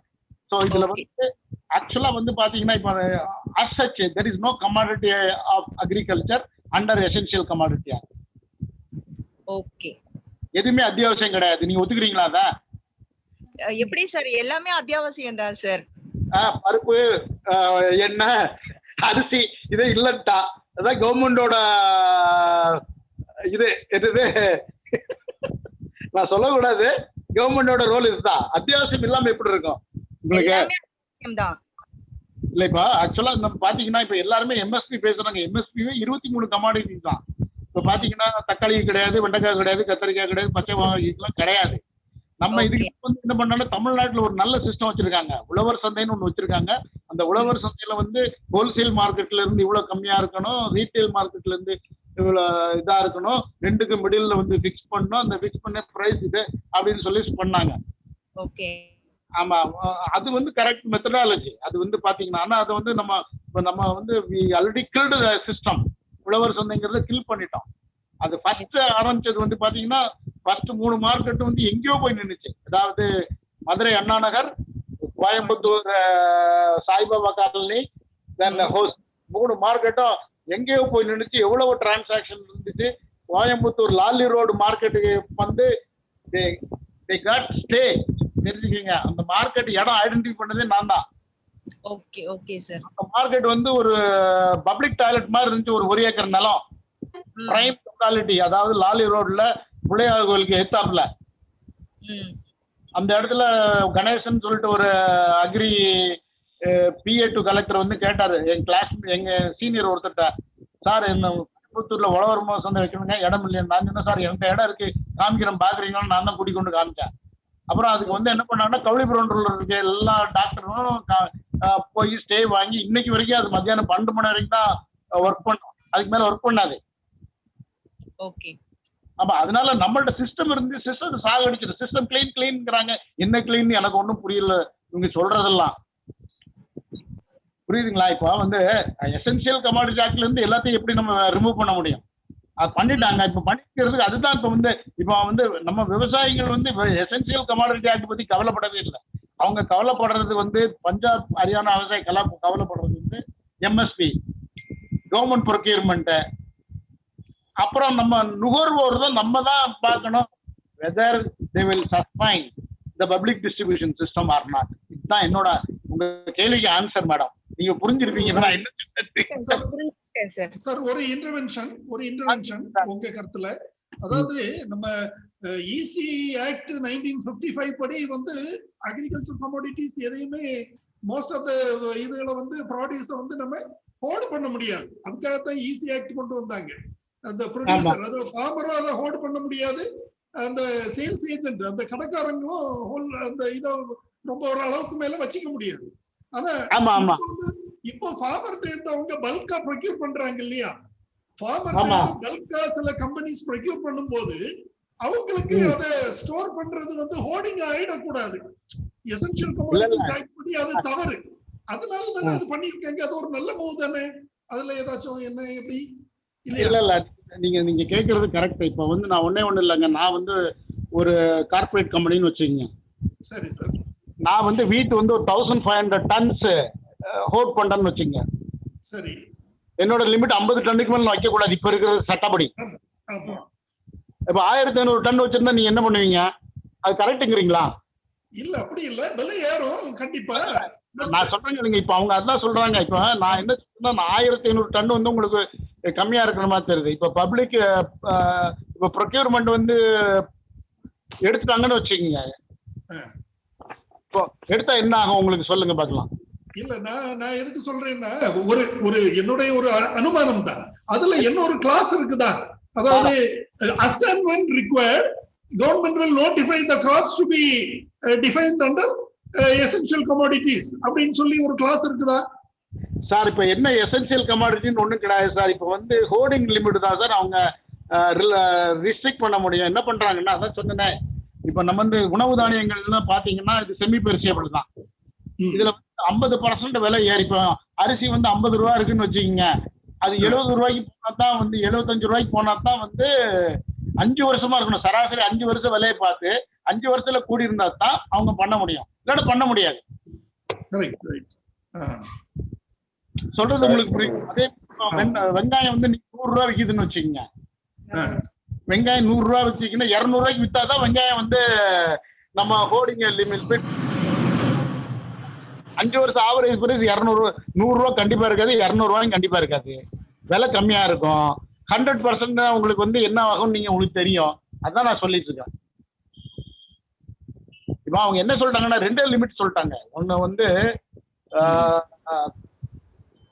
பிரைஸ் ஃபார் நம்ம வந்து லெஸ் பெரிஷபிள் கமாடிட்டி வந்து 50% இன்க்ரீஸ், செமி ஹைலி பெரிஷபிள் கமாடிட்டிக்கு 100% இன்க்ரீஸ். இல்ல நான் அதான் சொல்றேன். நான் என்ன சொல்றேன்னா, இப்ப நம்ம வந்து எசென்சியல் கமாடிட்டி ஆக்ட்ல ஹைலி பெரிஷபிள் கமாடிட்டி வந்து பொட்டேட்டோவும் ஆனியன் தான். அது ரெண்டையும் எடுத்ததுனால நீங்க என்ன சொல்றீங்க, ரெண்டும் விலை என்ன ஆகும் அப்படின்னு சொல்லிட்டு இருப்பீங்க. பாத்தீங்கன்னா இப்போ நம்மள்ட்ட வந்து ஆனியன் பிரைஸ் இன்க்ரீஸ், அப்புறம் வந்து பொட்டேட்டோ பிரைஸ் இன்க்ரீஸ். பொட்டேட்டோ தான் 6 ரூபாய்க்கு வித்துட்டு இருந்து இப்போ 50 ரூபா. அதான் அந்த ரேட் தான் இப்ப பாக்குறாங்க. இப்போ அதுதான், வேற ஒண்ணும் இல்ல. நீங்க சொல்றது என்ன சொல்றீங்கன்னா, கார்பரேட் வந்து அதிகமா ஹோல்ட் பண்ணா என்ன பிரச்சனை வரும் சார்னு நீங்க கேக்குறீங்க. கரெக்ட் தானே? ஸ்டாக் அதிகமா வச்சா என்ன ஆகும்? இப்போ ஒரு 100 பேர் சேர்ந்து அதிகமா ஸ்டாக் பண்ணாங்கன்னா என்ன ஆகும்? ஆர்டிபிஷியல் டிமாண்ட் கிரியேட் ஆகும், பிரைஸ் ஏறிடும். இந்த ஆனியனுக்கு போன வருஷம் வந்து ஆனியன் இல்ல, ஒரு 2 வருஷத்துக்கு முன்னாடி சோறும் பருப்பு இந்த மாதிரி தான் இருந்துச்சு. 40 ரூபா இருந்து 120 ரூபாய்க்கு கொண்டு வந்து விட்டாங்க. இதுதான். அதுக்கு எந்த செக்கும் வைக்கலையா கவர்மெண்ட்? இல்ல அதான் செக்கே ஒண்ணுதான். செக்கு தான் நான் சொன்னேன் சார். நான் செக் என்ன சொல்லியிருக்காங்கன்னா, செக் என்ன வச்சிருக்காங்கன்னா, பிரைஸ் வந்து 50% இன்க்ரீஸ் ஆயிருக்கணும் செமி பெரிஷபிள் கமாடிட்டில, 100% இன்க்ரீஸ் ஆயிருக்கணும் perishable commodity. Average 5 year price, இதுல எது கம்மியோ அதை எடுத்துக்கோன்னு இருக்காங்க.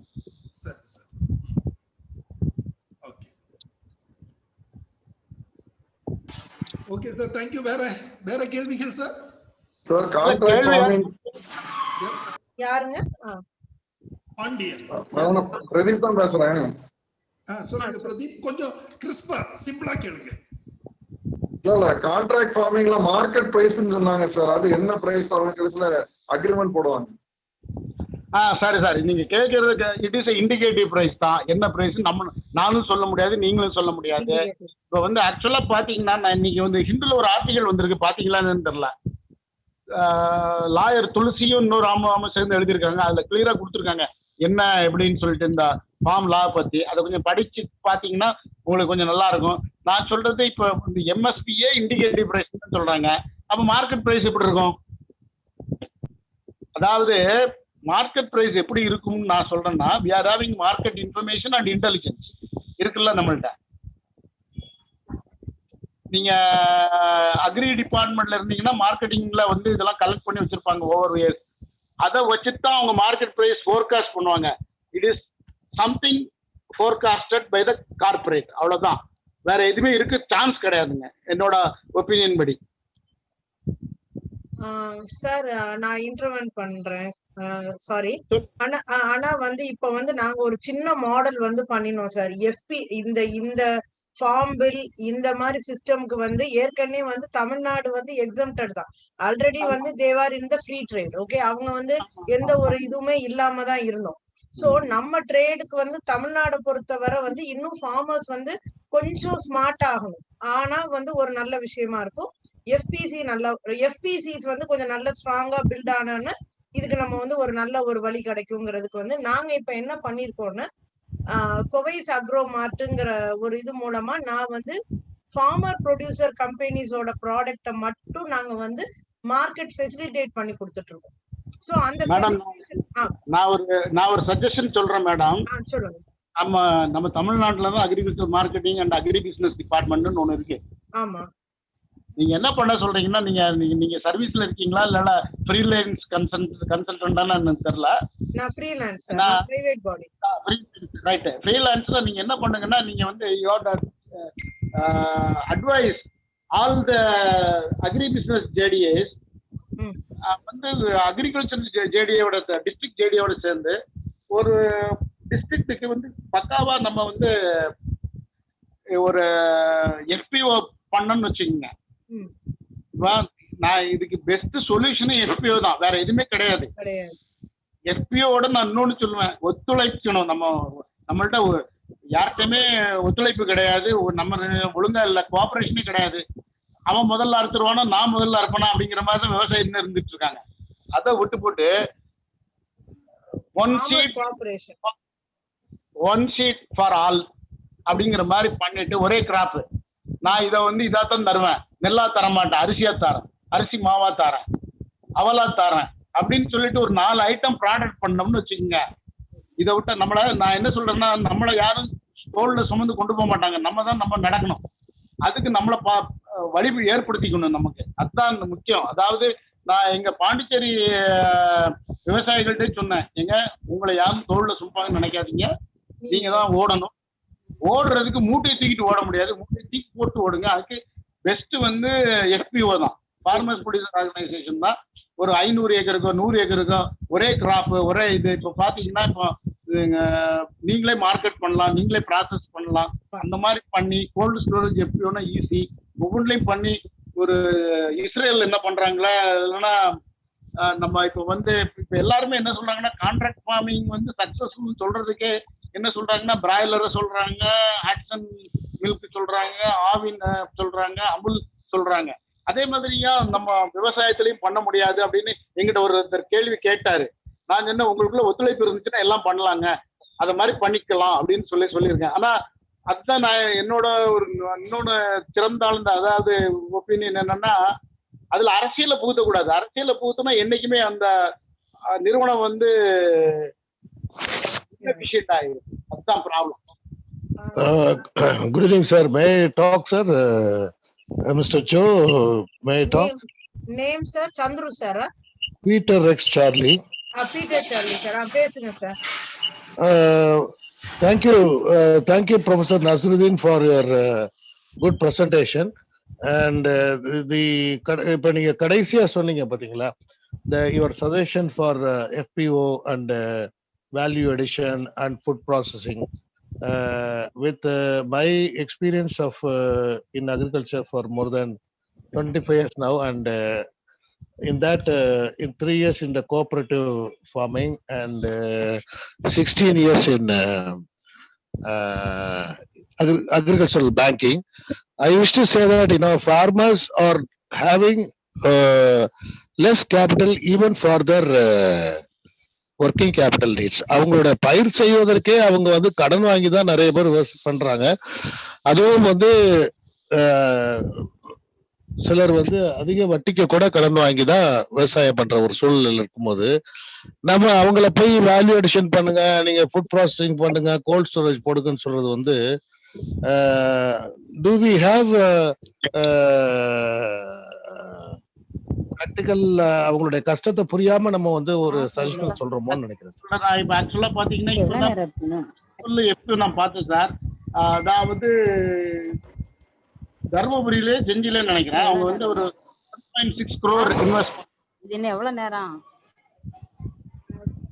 1.6 crore இன்வெஸ்ட் பண்ணி அவங்க இது பண்ணி. நீங்க சொல்றது எல்லாமே நான் ஒத்துக்கிறேன். என்னன்னா, விவசாயி கடன் வாங்கி தான் விவசாயம் பண்றான் சார். உங்க பார்கெனிங் கெப்பாசிட்டி லோனுக்குமே இன்க்ரீஸ் ஆகும் சார். FPO போய் நாங்க இந்த மாதிரி ஒரு ப்ராஜெக்ட் கொடுத்தீங்கன்னு வச்சுங்க, FPOக்கு கோல்டு ஸ்டோரேஜ் எல்லாமே. இப்ப நபார்டுல வந்து கோல்டு ஸ்டோரேஜ் ஸ்கீம் இருக்கு, பேக் ஹண்ட்ரட் ஸ்கீம் கொடுக்குறாங்க நபார்ட்லயுமே.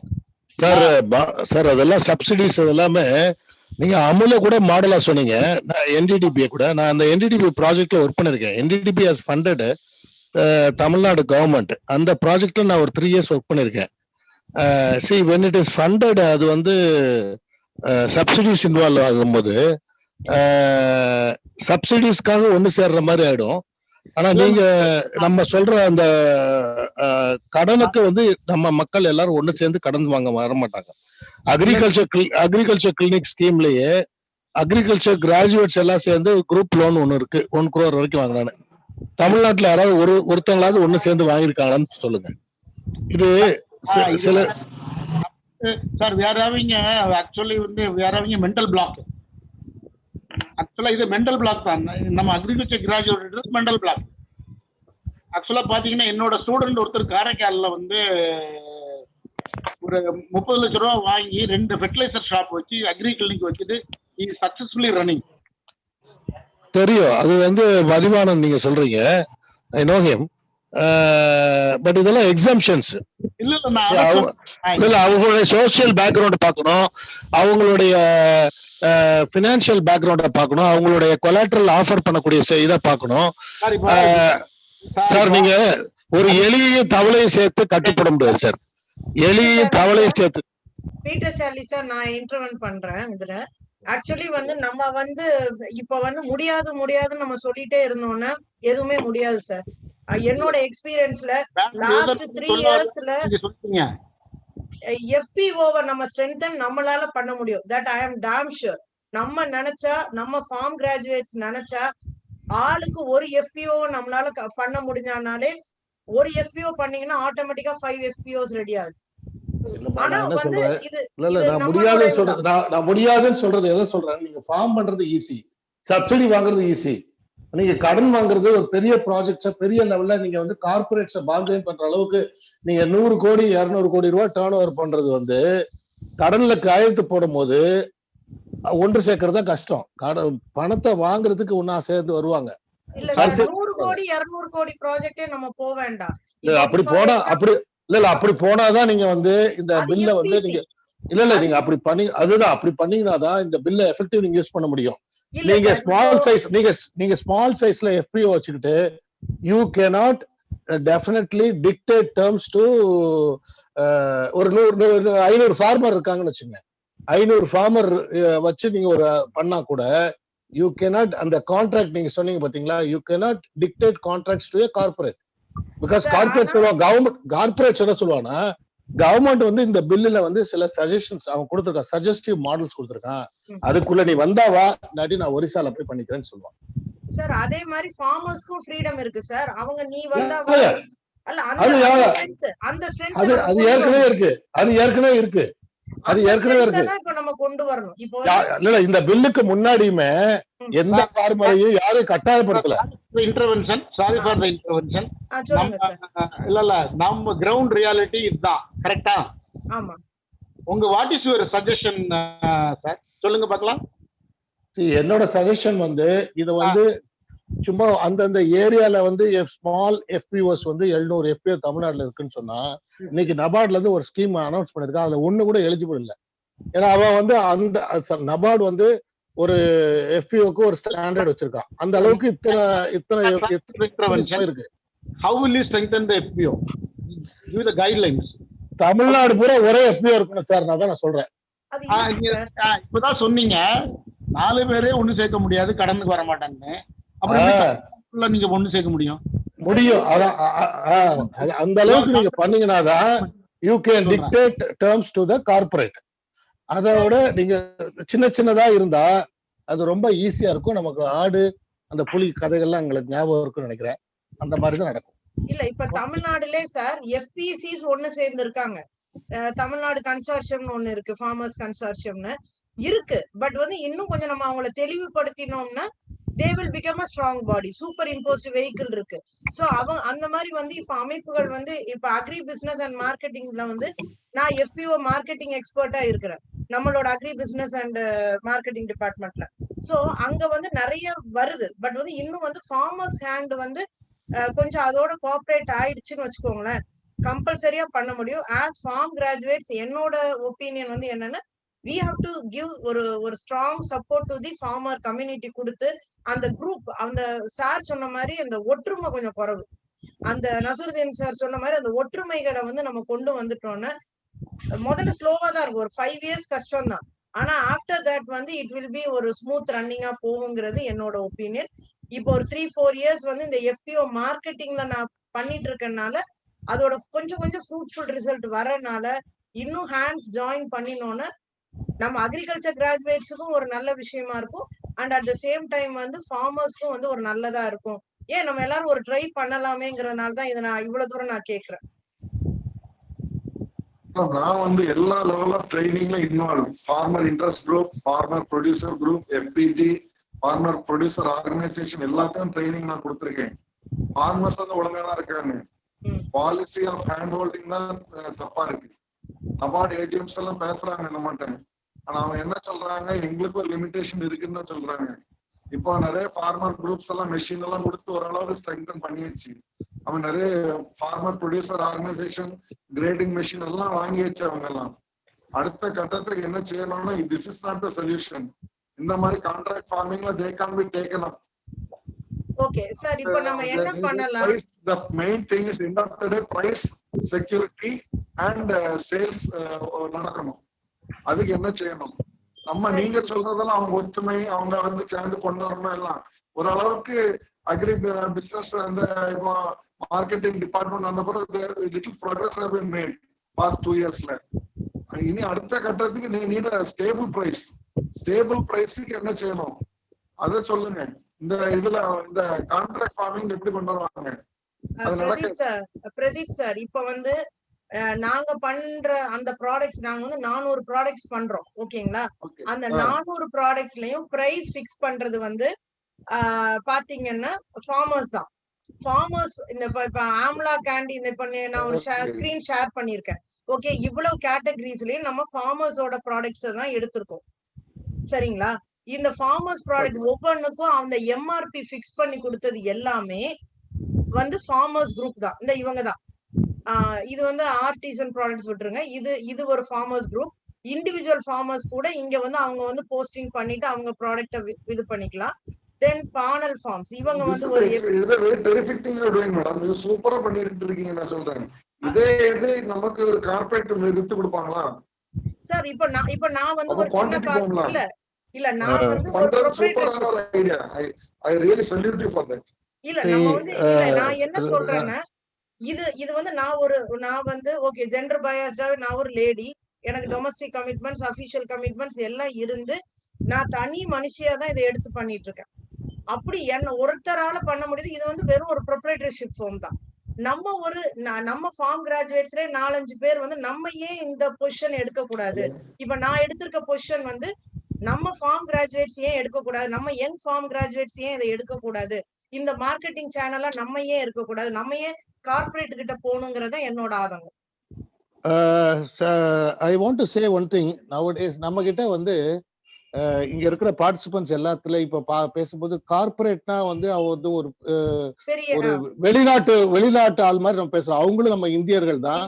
அவங்களும் வந்து ஒரு சிட்டிசன்ஸ் தான். நம்மளுடைய இந்திய நாட்டோட குடிமகன்கள் தான். அவங்களுக்கு சட்டத்துல வந்து கான்ஸ்டிடியூஷன் படி அவங்களுடைய தொழிலை பிராக்டிஸ் பண்றதுக்கு உரிமைகள் இருக்கு. ஆனா அவங்களுடைய விஷன் பெருசா இருக்கு. அவங்க வந்து பப்ளிக் லிமிடெட் கம்பெனியா போய் they are able to mobilize huge funds. அவங்களே நம்ம அதாவது நீங்க வந்து சினிமால வந்து கார்ப்பரேட்டுக்கு எகென்ஸ்டா பண்றானா அந்த சினிமா ஃபண்ட் பண்றதே ஒரு கார்ப்பரேட் தான். ஒரு கார்ப்பரேட்டுக்கு எகென்ஸ்டா ஒரு ஹீரோ பேச வைக்கிறாங்க. அதை நம்ம எல்லாரும் எடுத்துக்கிட்டு கார்ப்பரேட்னா எதுக்குறோம். ஆனா அந்த கார்ப்பரேட்டை அந்த சினிமா எடுக்கிறதுக்கும் இன்னைக்கு வந்து இன்னைக்கெல்லாம் சின்ன பட்ஜெட்ல சினிமா எடுக்க முடியாது. அதனால கார்ப்பரேட்டை முதல்ல வந்து நம்மள ஒருத்தரா நம்ம பார்க்க பழகணும். எல்லாமே அரசாங்கம் பண்ணிட முடியாது. எல்லாருமே அக்ரிகல்ச்சர் கிராஜுவேட்ஸ் மட்டும் பண்ணிட முடியாது. we have to see corporates as ஏன் அவங்கள வந்து இப்படி ஒரு எதிரியா நம்ம பார்க்கணும். இப்ப சூரிய நர்மதா சொல்ற மாதிரி பை காட்ஸ் கிரேஸ் அவங்களுடைய வாய் முகூர்த்தம் பழிச்சு ஒரு 500 கிராஜுவேட் சேர்ந்து பெருசா பண்ணிட்டாங்கன்னா அது ஒரு கார்ப்பரேட் தானே. நீங்க ஃபார்மர் ப்ரொடியூசர் கம்பெனியை நான் சொல்ற மாதிரி தமிழ்நாடு அளவு பெரிய ஒரு 1,00,000 ஃபார்மர் சேர்ந்து ஒரு பெரிய கம்பெனியா வச்சுன்னா அது கார்ப்பரேட் தானே. கார்ப்பரேட்னா வேற ஒன்னும் இந்திய சட்டத்துக்குள்ளதானே வருது. கம்பெனிஸ் ஆக்ட் தானே வருது. எஃபிசி நீங்க ரெஜிஸ்டர் பண்ணாலும் கம்பெனிஸ் ஆக்ட் சட்டத்துக்குள்ள தானே வருது. நம்ம ஏன் கார்ப்பரேட்ஸ் வந்து ஒரு அந்த வார்த்தையை வந்து அந்த ஆங்கில வார்த்தையை நம்ம வந்து ஒரு மாதிரி விரோத மனப்பான்மையோட பாக்குறோம்னு நான் கேட்கிறேன். அதுதான் சார். இப்ப ஃபார்ம் கார்ப்பரேட் இப்ப வந்து நம்ம வந்து எதிரிகள் சம்பாதிக்கிறதோட சாமர்த்தியமா எல்லாரையும் அணைச்சு நம்ம கொண்டு போனோம்னா ஃபார்மர்ஸ்க்கு விடுவு காலம் வரும். அவ்வளவுதான். ஃபார்ம் இப்ப என்னோட அந்த கோவைஸ் ஃபவுண்டேஷன் சேம்பர் ஆஃப் அக்ரிகல்ச்சர்ல பாத்தீங்கன்னா மெம்பர்ஷிப்பே வந்து நான் வந்து ஃபார்ம் கார்ப்பரேட்ஸும் இருப்பாங்க, அக்ரி கார்ப்பரேட்ஸும் இருப்பாங்க, ஃபார்மர்ஸும் இருப்பாங்க. நம்ம வந்து எல்லாத்தையும் வந்து ஒரு நெட்வொர்க்கிங் பண்ணி we have to connect the platform. அந்த ஒரு பிளாட்ஃபார்ம் கொடுத்து கனெக்ட் பண்ணிட்டோம்னா இந்த ஃபார்மருக்கு இந்த கார்ப்பரேட் கிட்ட பிசினஸ் பண்ணணும்னு நினைக்கிறாங்களா தே கேன் கோ வித் அந்த மனநிலை வந்து நம்ம வரணும். சொல்லுங்க சார். ஜோ சார் அன்மியூட் பண்ணணும் சார். ஜோ சார் அன்மியூட் பண்ணணும். எஸ், மார்க்கெட்டிங் டிபார்ட்மெண்ட் இருக்குது இல்லையா? நீங்க இப்போ கோவைஸ் ஃபவுண்டேஷன்ல பண்ற அந்த ஆக்டிவிட்டியை ஏன் மார்க்கெட்டிங் டிபார்ட்மெண்ட் பண்ண கூடாது? இன்டகிரேஷன் வொர்க் இல்ல கவர்மெண்ட் பண்றாங்க, சில விஷயங்கள் பண்றாங்க. இப்ப அம்பத்தூர்ல கூட ஒரு பெரிய ஒரு ப்ராசஸிங் இது வருது. அப்புறம் வந்து இந்த பிரைமரி ப்ராசஸிங் சென்டர்ஸ்ன்னு எஃபிசிஸ் ரன் பண்ற மாதிரியே வந்து எல்லாம் கொடுத்துட்டாங்க. பட் வந்து ஸ்டில் வந்து எக்ஸிகியூஷன்ல சம் ப்ராப்ளம் இருக்கு. அது ஒரு பக்கம் இருக்கட்டும், கவர்மெண்ட் ஒரு பக்கம் இருக்கட்டும். நம்ம என்ன சொல்றோம்னா கவர்மெண்ட்டுக்கு பேரலா why farm graduates why farm graduates ஏன் இன்வால்வ் ஆகாம இருக்காங்க? எப்பவுமே நம்ம வந்து ஒன்லி வந்து selected jobs, TNPSC, UPSC, banks இருக்கிற மாதிரி இதையும் ஏன் நம்ம ஒரு கெரியர் ஆப்பர்ச்சுனிட்டியா எடுக்க கூடாது? ஏன்னா நம்ம தான் அக்ரிகல்ச்சரை அக்ரி பிசினஸா கொண்டு போக முடியும், என்டர்பிரினர்ஷிப் கொண்டு போக முடியும். So why can't we take a trial? ஏன்னா நிறைய ஃபார்ம் கிராஜுவேட்ஸ் இந்த குரூப்ல இருக்கிறாங்கிறனால நான் இதை கேட்கிறேன். நம்ம அக்ரி பீப்புள் அக்ரி பிசினஸ் மேனா வந்தா because we are the people who know the real value of farmers, என்ன வந்து கிரவுண்ட் லெவல்ல ப்ராப்ளம் சந்திக்கிறாங்கிறது வந்து நமக்கு நல்லா தெரியும் when compared to other business people. அப்படின்னு இருக்கும்போது நம்ம வந்து கனெக்ட் பண்ண முடியும். மேடம் சாரி சொல்லுங்க sir. we can actually enroll upon our agri graduates.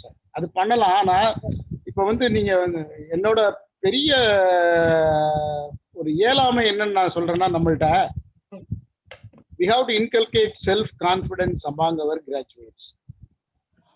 நீங்க எங்க படிச்சுட்டு வந்தீங்கன்னு எனக்கு தெரியல. நான் வந்து இதை கோயம்புத்தூர்ல இருக்கும்போது விசிட்டே சொல்லியிருக்கேன். சார், ஒரு டாக்டரோ ஒரு வெட்டினரி டாக்டரோ எப்படி போய் ப்ராக்டிஸ் பண்றாரோ அந்த அளவுக்கு நம்ம அக்ரிகல்ச்சர் கிராஜுவேட்டை டெவலப் பண்ணா இந்த பிரச்சனையே கிடையாது. we can uplift the farmers. அதுக்கு நம்ம வந்து நீங்க வந்து ஆக்சுவலா நான் என்னோட முக்கியமான சஜஷன், நீங்க இப்போ நான் வந்து டீச்சிங்ல வந்து 37 years எனக்கு experience madam. we can sit together and we can suggest something to the university to have a syllabus like that. இப்போ வந்து பாத்தீங்கன்னா நம்ம இந்த சிலபஸ் வந்து காம்படிட்டிவ் எக்ஸாமுக்கு பண்ணதுதான். ஆக்சுவலா வந்து நம்ம சிலபஸ் வந்து காம்படிட்டிவ் எக்ஸாம் பண்ணதுதான். பாத்தீங்கன்னா நம்ம யூனிவர்சிட்டி மாதிரி ஐஏஎஸ், ஐபிஎஸ், பேங்க்ல இருக்கவங்க யாரும் கிடையாது.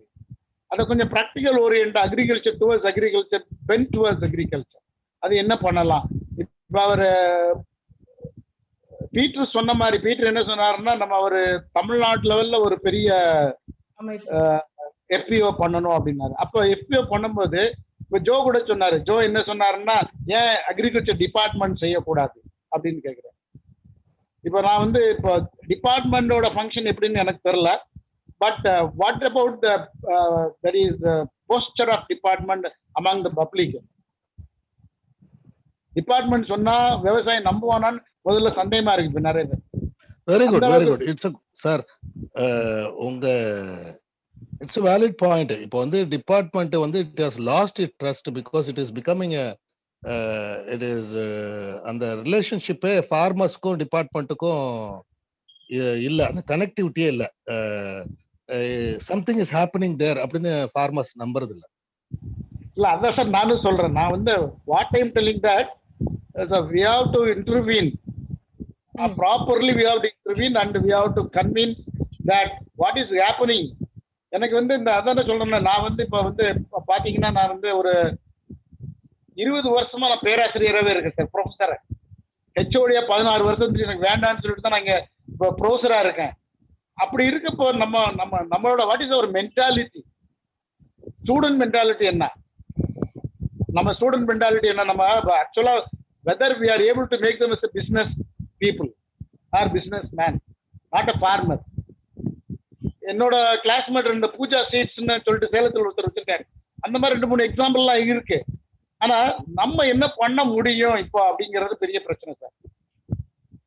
ஜோ சார், நீங்க ஒரு இது பண்ணலாம் சார். இப்போ வந்து உங்க எல்லாரோட பாயிண்ட்ஸும் வந்து நீங்க வந்து நமக்கு எழுதி கொடுங்க. எழுதி கொடுத்தீங்கன்னா நான் சேம்பர் ஆஃப் அக்ரிகல்ச்சர் மூலமா நம்ம ரெப்ரசென்ட் பண்ணிடுவோம். என்னென்ன ஒரு பாயிண்ட்ஸ் இருக்கோ அண்ட் வந்து லாக்குனா நம்ம ஃபார்ம் பில்ல ஏதாவது லாக்குனாஸ் உங்களுக்கு தெரிஞ்சது, இது வந்து இந்த சிக்கல்கள் இருக்கு அப்படிங்கறதையும் இருந்ததுனாலும் சொல்லுங்க. சொன்னீங்கன்னா நம்ம என்ன பண்ணுவோம், இப்போ நான் அந்த சேம்பர் கோவைஸ் ஃபவுண்டேஷன் சேம்பர் ஆஃப் அக்ரிகல்ச்சரோ இல்லாட்டி தமிழ்நாடு அக்ரிகல்ச்சர் அசோசியேஷன் கிராஜுவேட் அசோசியேஷனோ ஏதோ ஒரு அமைப்பு இல்லாட்டி 2 அமைப்புகள் சேர்ந்து கூட நம்ம வந்து ஒரு ரெப்ரசென்ட் பண்ணிடலாம். அதுக்கு வந்து எல்லாரோட வேலிட் பாயிண்ட்ஸ் மட்டும் கொஞ்சம் ஷேர் பண்ணுங்க. ஷேர் பண்ணிட்டு we can even write to the PM prime minister கூட நம்ம வந்து ஒரு நோட் போட்டு அனுப்பலாம். இந்த top to bottom up approach இல்லாம இருக்கனால இந்த பிரச்சனை மேடம். நீங்க சொன்னா கேட்க மாட்டாங்க. டாப் டவுன் அப்ரோச் தான் அவங்க சொல்ல. பிரதீப் சார், நம்ம எதுக்கு முன்னாடியே கேட்க மாட்டோம் நம்ம நினைக்கிறோம். we think positive, நம்ம பாசிட்டிவா அப்ரோச் பண்ணுவோம். we are living in a top down approach, not bottom up approach. That is the problem. We are living in top down approach, Exactly, sir. not bottom approach. But நம்ம stop பண்ண வேண்டாம். நம்ம வந்து இந்த நம்ம form fill சொல்றது போடும்போது சொல்லணும். நம்மகிட்ட கேட்கணும்ல மேடம்? நம்மகிட்ட கேட்டாங்களா? இல்ல சார், இந்த பண்ணும்போது நம்ம எல்லாத்தையும் இன்புட்ஸ் கேட்டாங்களா? இல்ல அதாவது சார் இது ஒரு நிமிஷம். இருந்த 60% people are changed. முதல் கவர்மெண்ட் இருந்த நித்தி ஆயோக் இருந்த அவ்வளவு டெக்னோகிராட்ஸ் அக்ரிகல்ச்சர் எல்லாம் இருந்து எல்லாரும் சேஞ்ச் ஆயிடுச்சு தெரியுமா? இந்த இவங்க சொல்லதெல்லாம் கேட்க முடியாது, விட்டுட்டு போயிட்டாங்க. 60% அக்ரிகல்ச்சர்ல இருந்து நித்தி இல்ல சார், நம்ம வந்து இல்ல நம்மளோட தலையை ஆட்டுட்டீங்கன்னா இருப்பீங்க, தலையை ஆட்டலன்னா போயிடுவீங்க. சரி மிஸ்டர் டெனிசன், நீங்க என்ன சொல்றீங்கன்னா நீங்க ஃபார்ம் பில் வந்து வேணும்ன்றீங்களா வேணான்றீங்களா சார்? பாட்டம் அப் அப்ரோச் தான் சார் வேணும். இல்ல ஃபார்ம் பில் இப்ப கொண்டு வந்திருக்கிறது வந்து ஃபார்மர்ஸ்க்கு எகெயின்ஸ்ட்ன்றீங்களா, ஃபார்மர்ஸ்க்கு ஃபார்மர்ஸ் நினைக்கிறீங்களா? ஃபார்மர்ஸ்க்கு ஒரு சாதகமா இருக்காது சார். சாதகமா இருக்காதுங்கிறீங்க சார்? இதுக்கு சார் இப்ப சாதகமா இருக்காதுன்னா ஃபார்மர்ஸ் இப்ப இல்ல சார் அதுல கேட்டேன், நீங்க சொன்னதை நான் கேட்டேன் சார். ஆனா வந்து இது வந்து ஃபார்மர்ஸ் வந்து இன்னைக்கு ஓட் பேங்க் மேஜர், அது அவங்களுக்கு தெரியாதா என்ன? If it is affecting that இதுனா உங்க பாயிண்ட் ஆஃப் வியூ என்ன? இதுக்கு முன்னாடி என்ன நடந்தது, இப்ப என்ன பில்லு வந்ததுக்கு அப்புறம் என்ன நடக்க போகுதுன்னு நினைக்கிறீங்க? இதுக்கு நீங்க வந்து அரசாங்கம் வாங்கணும்னு நினைக்கிறீங்களா விளைபொருட்களை? What is your opinion? இந்த பிரைஸ் கான்ட்ராக்ட் ஃபார்மிங் பண்ணும்போது பிரைஸ் சப்போர்ட்டுக்கு கவர்மெண்ட் இருக்கணும் சார். கவர்மெண்ட் எப்படி சார்? நீங்க வந்து மீனவர்கள் இருக்காங்க, பட்டாசு தயார் பண்றவங்க இருக்காங்க, நோட்டு புக் தயார் பண்றவங்க இருக்கு, இவங்க எல்லாம் சீசனல்ல அவங்க ப்ராடக்ட் அப்பக்குள்ள வித்தாகணும். எல்லாத்துக்கும் அரசாங்கம் பிரைஸ் பிக்ஸ் பண்ண முடியுமா? பிரைஸ் பிக்ஸ் பண்ணும்போது இல்ல, சப்போர்ட் பிரைஸ் மினிமம் இப்படின்னு ஒண்ணு பண்ணி கொடுக்கணும்ல. ஒரு ஃபார்மருக்கு ஹேண்ட் ஹோல்டிங் பண்ணணும்ல. எல்லா எஃபிஎஸ் சார் 30% லிட்டரேட் பீப்புள் இருக்காங்க, 70% இல்லிட்டரேட்ஸ் இருக்காங்க சார். 51 வருஷமாச்சு பேங்க்ஸ்ல நேஷனலைஸ் பண்ணி அதுல வந்து 8% 9% வந்து கடன் கொடுக்கணும்னு சொல்றாங்க. பேங்க்ஸால கொடுக்க முடியுதா? எதுக்கு அப்படின்னா வெளியில வட்டிக்கு போய் வாங்கிட்டு இருக்காங்க மக்கள். நீங்க எப்படி கவர்மெண்ட் ஃபிக்ஸ் பண்ணலாம் நீங்க நினைக்கிறீங்க? அதான் சார் அவங்க சொன்னாங்க. இன்னைக்கு ஒரு ஃபார்மரை மீட் பண்ணேன். டிராக்டர் வாங்குறதுக்கு 14 மாட்டு டெய்ரி ஃபார்முக்கு 14.5% இன்ட்ரெஸ்ட், கார் வாங்குறதுக்கு 7% இன்ட்ரெஸ்ட் அப்படி இருக்கு. அதனால ஏன்னா இது இப்ப ஏன்னா நீங்க ஃபார்மிங்க வந்து எமோஷனலா ஃபார்ம் கிராஜுவேட்ஸ் பாக்குறோம். இது எமோஷனல் கிடையாது, இது வந்து எக்கனாமிக்ஸா பார்க்கணும். நீங்க வந்து ஒரு டிராக்டர் வந்து பாத்தீங்கன்னா it's all over funded. Tractor வந்து சும்மா எத்தனை நாள் ஓடுதுன்னு நினைக்கிறீங்க? ஒரு 2 கிராப் சீசன் இருக்கு. ஆனா ஒரு டிராக்டர் ஒரு வீட்டுல நிறுத்தி கௌரவமா நிறுத்தி வச்சிருக்காங்க, நம்ம கார் நிறுத்தி வைக்கிற மாதிரி. இது மாதிரி எல்லாம் பண்ணிக்கிட்டு இருந்தா அது எப்படி சார் எக்கனாமிக்கலா வயபிளா இருக்கும்? See now farmers have to have farmers வந்து சார் நீங்க அப்படி நினைக்கிறீங்க. அவங்க sir sorry for the intervention. Tractor use பண்ண மற்ற டைம் கல் அடிக்கிறாங்க, பல பிசினஸ் பண்றாங்க சார். சாரி ஃபார் தி கல்யாணத்துக்கு கூட ஆளுங்களை ஏத்திட்டு போவாங்க சார். பட் அதுக்கு கடனை கட்டணும்ல, வட்டி கட்டக்கூடிய அளவுக்கு இது இருக்கணும்ல. எலெக்ஷன் வந்துச்சுன்னா அது குறைச்சு கொடுக்கணும் சார். அந்த மாதிரி சப்போர்ட் பண்ணி கொடுக்கணும் கவர்மெண்ட். அதுக்கு 14.5% பென்ஸ் கார் வாங்குறவங்க 7% கொடுத்தா அப்படி சார். பிரதீப் சார் டிராக்டர் வாங்குறவங்க 14.5% இன்ட்ரெஸ்ட், பென்ஸ் கார் வாங்குறவங்க 7% இன்ட்ரெஸ்ட் சார். இது வீட்டுல சும்மாதான் நிக்குது. பிரதீப் சார், நஸ்ருதீன் சார் ஒரு கன்க்ளூஷன் ரிமார்க்ஸ் கொடுக்க சொல்லிடலாமா? ஒரு சொல்யூஷன் மட்டும் என்ன இருக்குன்னு முடிச்சிட்டு ஐ திங்க் ஒரு மீட்டிங் பேசிட்டே இருக்கீங்க. இல்ல நம்ம பேசினா இது ஏன்னா இது ஒரு லாங் டாபிக்கா போகும். சோ இன்னைக்கு செஷன் இதுல முடிப்போம். இதோட இன்னொரு கண்டினியூ செஷன் வேணும்னா கூட டிஸ்கஷன் வச்சுக்கலாம். டென்னிசன் சார், ஒரு நாட்டுல ஒரு சட்டம் இயற்றப்படும் போது அந்த சட்டத்தை வந்து பாராளுமன்ற உறுப்பினர்கள் எல்லாம் சட்டத்தை அக்செப்ட் பண்ணிக்கும் போது நம்ம மக்களோட அது வந்து பாட்டம் டு டாப்பா தான் எடுத்துக்கணும். அது இல்லைன்னா நீங்க என்ன பண்ணலாம்னா 2 ஆப்ஷன் இருக்கு. ஒண்ணு, அந்த சட்டத்துக்கு அந்த இப்போ நாகர்கோவில் பாராளுமன்ற தொகுதியில நீங்க வந்து எகென்ஸ்டா ஓட்டு போடலாம் ஒண்ணு, இல்லாட்டி நீங்க அதுல ஜெயிச்சு மினிஸ்டர் ஆகி நீங்க சட்டத்தை மாத்தலாம். இது 2ல ஒண்ணுதான் செய்ய முடியும். Sir intervention we can stop such. சொல்லுங்க நஸ்ருதீன் சார். ஜோ நான் சொல்றேன் ஜோ என்னன்னு சொல்லிட்டு ஆக்சுவலா இப்ப வந்து நம்ம வெரி லெங்தி டிஸ்கஷன். ஆக்சுவலா பாத்தீங்கன்னா இப்ப ஃபார்ம் லா என்ன வேணுமா வேண்டாமா, இப்போ பீட்டர் சார் கூட என்ன ஃபார்ம் லா வேணுமா வேண்டாமா அப்படின்னு பிரதீப் டென்னிஷன் கேட்டாரு. ஆக்சுவலா இங்க வந்து எனக்கு என்ன தோணுதுன்னா, இதுல வந்து ஒரு சம் அமெண்ட்மெண்ட்ஸ் ஆர் ரெக்வயர்ட். நமக்கு ஏதாவது அமெண்ட்மெண்டோட இப்ப வந்து amendments are required. Some amendments are required. We can suppose we are getting amendment like inclusion of MSP. Yes. Inclusion of MSP or PDS will not be disturbed. Sir, ipa okay. Sir, na பேசி நீங்க minimum நான் சொல்லி முடிச்சிரட்டும் ஒரு நிமிஷம். Nasruddin sir முடிச்சிரட்டும். Concluding remark. So it is going on stretching. Actually, I am giving a concluding remark. Peter and Pradeep, please listen to me. பாத்தீங்கன்னா first வந்து நம்ம இதுல வந்து we want some amendments in the bill. First வந்து MSP as well as the Essential Commodity Actல வந்து என்ன commodity இருக்கணும் அப்படிங்கறது கொண்டு வர்றதுக்கு முன்னாடி ஸ்டோரேஜ் சிஸ்டம் என்ன எவ்வளவு அதுங்கிறதோட MSP ஒன்னு, ரெண்டாவது வந்து ப்ரொக்யூர்மெண்ட், கவர்மெண்ட் ப்ரொக்யூர்மெண்ட், மூணாவது PDS. இந்த மூணு இருந்ததுன்னா நமக்கு வந்து எந்த பிரச்சனையும் இருக்காது சார் இந்த சட்டங்கள்ல. இதான் என்னோட concluding remark. Sir, minimum support price எப்படி வந்தா அப்படி ஒன்று சொன்னா யாருமே வந்து வாங்குறதுக்கு வரமாட்டான். நீங்க பிசினஸ் மேனா யோசிக்க ஆரம்பிங்க. நீங்க மினிமம் சப்போர்ட் பிரைஸ்ல ஒரு கண்டிஷன் போட்டோம்னா நான் ஏன் எதுக்கு ரிஸ்க் எடுத்து நான் தொழில பண்ணணும்? Right. I will answer your question. நீங்களே சொன்னீங்க காவேரி ஆயில் பாம்புக்கு, அந்த ஆயில் பாம்புக்கு அவ்வளவு ஃபண்டிங் கொடுத்து அதனால வயபிள் இல்ல, வயபிளா இருக்கிறதுனாலதான் வந்து பண்றான். இங்க பாருங்க, இந்த மினிமம் சப்போர்ட் பிரைஸ் வந்து பீகார்ல வந்து 2006ல APMC Act was abolished. In Bihar, the APMC Act was abolished in 2006, not 16. After that, all the commodities are sold less than MSP in Bihar. So the farmers are crying. What is the solution to them? You tell me. Sir, உங்க பாண்டிச்சேரியில cooperative sugar mill minimum support price வாங்கி கொடுத்து அது இப்ப 500 employees வந்து 800 கோடி ரூபாய் லாஸ்ல இருக்கு. இதை எடுக்கிறதுக்கு பிடர் இல்ல, சுகர் மில்ல எடுத்து நடத்துறதுக்கு ஆள் இல்ல. எல்லாம் மினிமம் சப்போர்ட் பிரைஸ் கொடுத்து ஃபார்மர்ஸ் கொடுத்தாச்சு. ஃபார்மர்ஸோட பிரைஸ்ல வந்து ஷேரை பிடிச்சாச்சு. ஒன்னும் டிவிடெண்ட் இல்ல, லாபம் இல்ல. 500 எம்ப்ளாயி பாண்டிச்சேரி சுகர் மில்ல சம்பளம் இல்லாம 3 வருஷமா இருக்கிறான். அந்த சுகர் மில் MD என் கிளாஸ்மேட் ரீசெண்ட்ல கோவிட்ல இறந்து கூட போயிட்டான். there is no takers. நீங்க இந்த மாதிரி நீங்க ஃபார்மர்ஸ்க்காக நீங்க எமோஷனலா ஃபார்மர்ஸ்க்கு சப்போர்ட் பிரைஸ் வேணும்னு பேசிக்கிட்டே இருக்கிறோம். ஃபார்மர்ஸ் வந்து அவங்க ப்ராடக்ட்டை நல்லா ஸ்டாண்டர்ட் ஆக்கணும். யாராவது பேசணுமா? ஒரு குவாலிட்டி ப்ராடக்ட்டை ஒரு ப்ரொடியூசர் தரணும். அவன் ப்ராடக்ட்டை வந்து அவர் பிராண்ட் பண்ணி அவனால நல்ல கமாடிட்டியா ஏன் விற்க முடியல? சார், நீங்க பாண்டிச்சேரி எக்ஸாம்பிள் சொல்லாதீங்க. Pondicherry is politically மிஸ்மேனேஜ்ட்.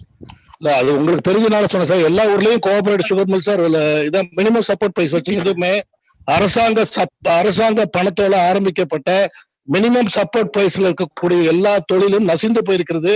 அது கிரவுண்ட் நட் ஆயிலா இருக்கக்கூடிய நீங்க ஆயில் பாம்பு சொன்னீங்க. நீங்க சுகர் ஆயில் எடுத்துக்கங்க, சோயாவை எடுத்துக்கங்க, எந்த ப்ராடக்ட்டுமே நீங்க மினிமம் சப்போர்ட் பிரைஸ் வாங்கி கொடுத்தேன்னா அது வந்து அன்வயபிளா போகுது. Peter, I will ask one question.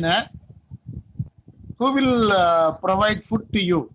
If suppose, now the price of paddy is 1868 per quintal. The MSP, what is the market rate? Sir, இதெல்லாம் வந்து ரொம்ப எமோஷனலா கேக்குறீங்க. நான் கேட்கல. சிங்கப்பூர்ல வந்து இல்ல சார், சிங்கப்பூர்ல லேண்டே இல்லாம அவங்க பண்றாங்க. ஓமான்ல லேண்டே இல்லாம அவங்க சாப்பிட்டு தான் இருக்கிறாங்க. குவைத்துல பண்றாங்க, கத்தார்ல பண்றாங்க. நம்ம வந்து நம்மளோட ப்ரொடக்டிவிட்டி வந்து பெர் ஏக்கர் ப்ரொடக்டிவிட்டி பங்களாதேஷோட மோசமா இருக்கு. சார், பெர் ஏக்கர் ப்ரொடக்டிவிட்டி யாரு மோசம் பண்ணா சொல்லுங்க பார்க்கலாம். எல்லாம் பாப்புலிஸ்டிக் ஸ்கீம். முதல்ல வந்து கவர்மெண்ட் வந்து vote for that they are doing it now. Sir, நான் ஒரு சஜஷன் உங்களுக்கு கொடுத்தேன் சார். நான் ஒரு சஜஷன் கொடுத்தேன். Cost of production plus 40% margin for farmers அப்படின்ட்டு ஃபிக்ஸ் பண்ணுங்க வாட் எவர் அப்படின்னு சொல்லுங்க. அப்போ ஃபார்மருக்கு நஷ்டம் ஆகுது. Plus insure the crop. ஐயோ சஜஷன் அன்னைக்கு டிஸ்கஷன்ல தான் இருக்கு, ஃபைனலா சொன்னேன். Cost of production plus 40% margin for farmer. Denison please listen to me. அவர் மினிமம் சப்போர்ட் பிரைஸே கொடுக்க வேண்டாம்ன்றாரு. நீங்க வந்து பிராக்டிகல் இல்ல சார் நான் என்ன சொல்ல, நீங்க கேளுங்க. நீங்க சார் அரசாங்கத்துல எல்லா குடிமகன்களும் அரசாங்கத்தை சொர்க்கமா நினைக்கிறோம். வியாபாரிகள் வந்து அரசாங்கத்துல கேக்குறாங்க, விவசாயிகள் கேக்குறாங்க, மீனவர்கள் கேக்குறாங்க, நெசவாளர்கள் கேக்குறாங்க, ஸ்டூடெண்ட்ஸ் கேக்குறாங்க, விமன் கேக்குறாங்க, டிசேபிள்டு பீப்புள் கேக்குறாங்க. ஆனா நாங்க நல்லா புரிஞ்சுக்கணும், அரசாங்கம் வந்து சொர்க்கம்னா இன்னொருத்தனை கையை காட்டி விட்டுட்டு போகுது. கிராப் இன்சூரன்ஸ் அது வந்து கம்பெனிஸ், கார்பரேட் கம்பெனியை கையை காட்டி, இது அரசாங்கம் கையை காட்டுறதுதான். நீங்க வந்து பேங்க் லோன் வேணும்னு கேட்டீங்கன்னா சிட்பியை கையை காட்டுவாங்க, இல்ல நபார்டை கையை காட்டுவாங்க. அரசாங்கம் will not do anything. நம்ம நீங்க ஏற்கனவே சொன்ன மாதிரி நம்ம மூட்டையை நம்மளே சுமக்கணுமே தவிர அரசாங்கம் சுமக்கும் அப்படின்னு நினைச்சீங்கன்னா அது நம்ம வெட்டி பேச்சு திண்ணை பேச்சாதான் சார் இது முடியும். சார் நான் சொல்லிட்டேனே, நான் வெட்டி பேசுன்னு சொல்லிட்டு இருக்கேன். நீங்க இதெல்லாம் பேசாதீங்க. நம்ம வந்து நான் என்ன சொல்றேன்னா, இப்ப வந்து it is a very big country. It is not a small country like any Israel or Denmark. It is a federal country like that. They are having a very good, huge population. We have to feed the population. For that, how will you provide food? That is a very big question mark in front of us. You tell me. That's all.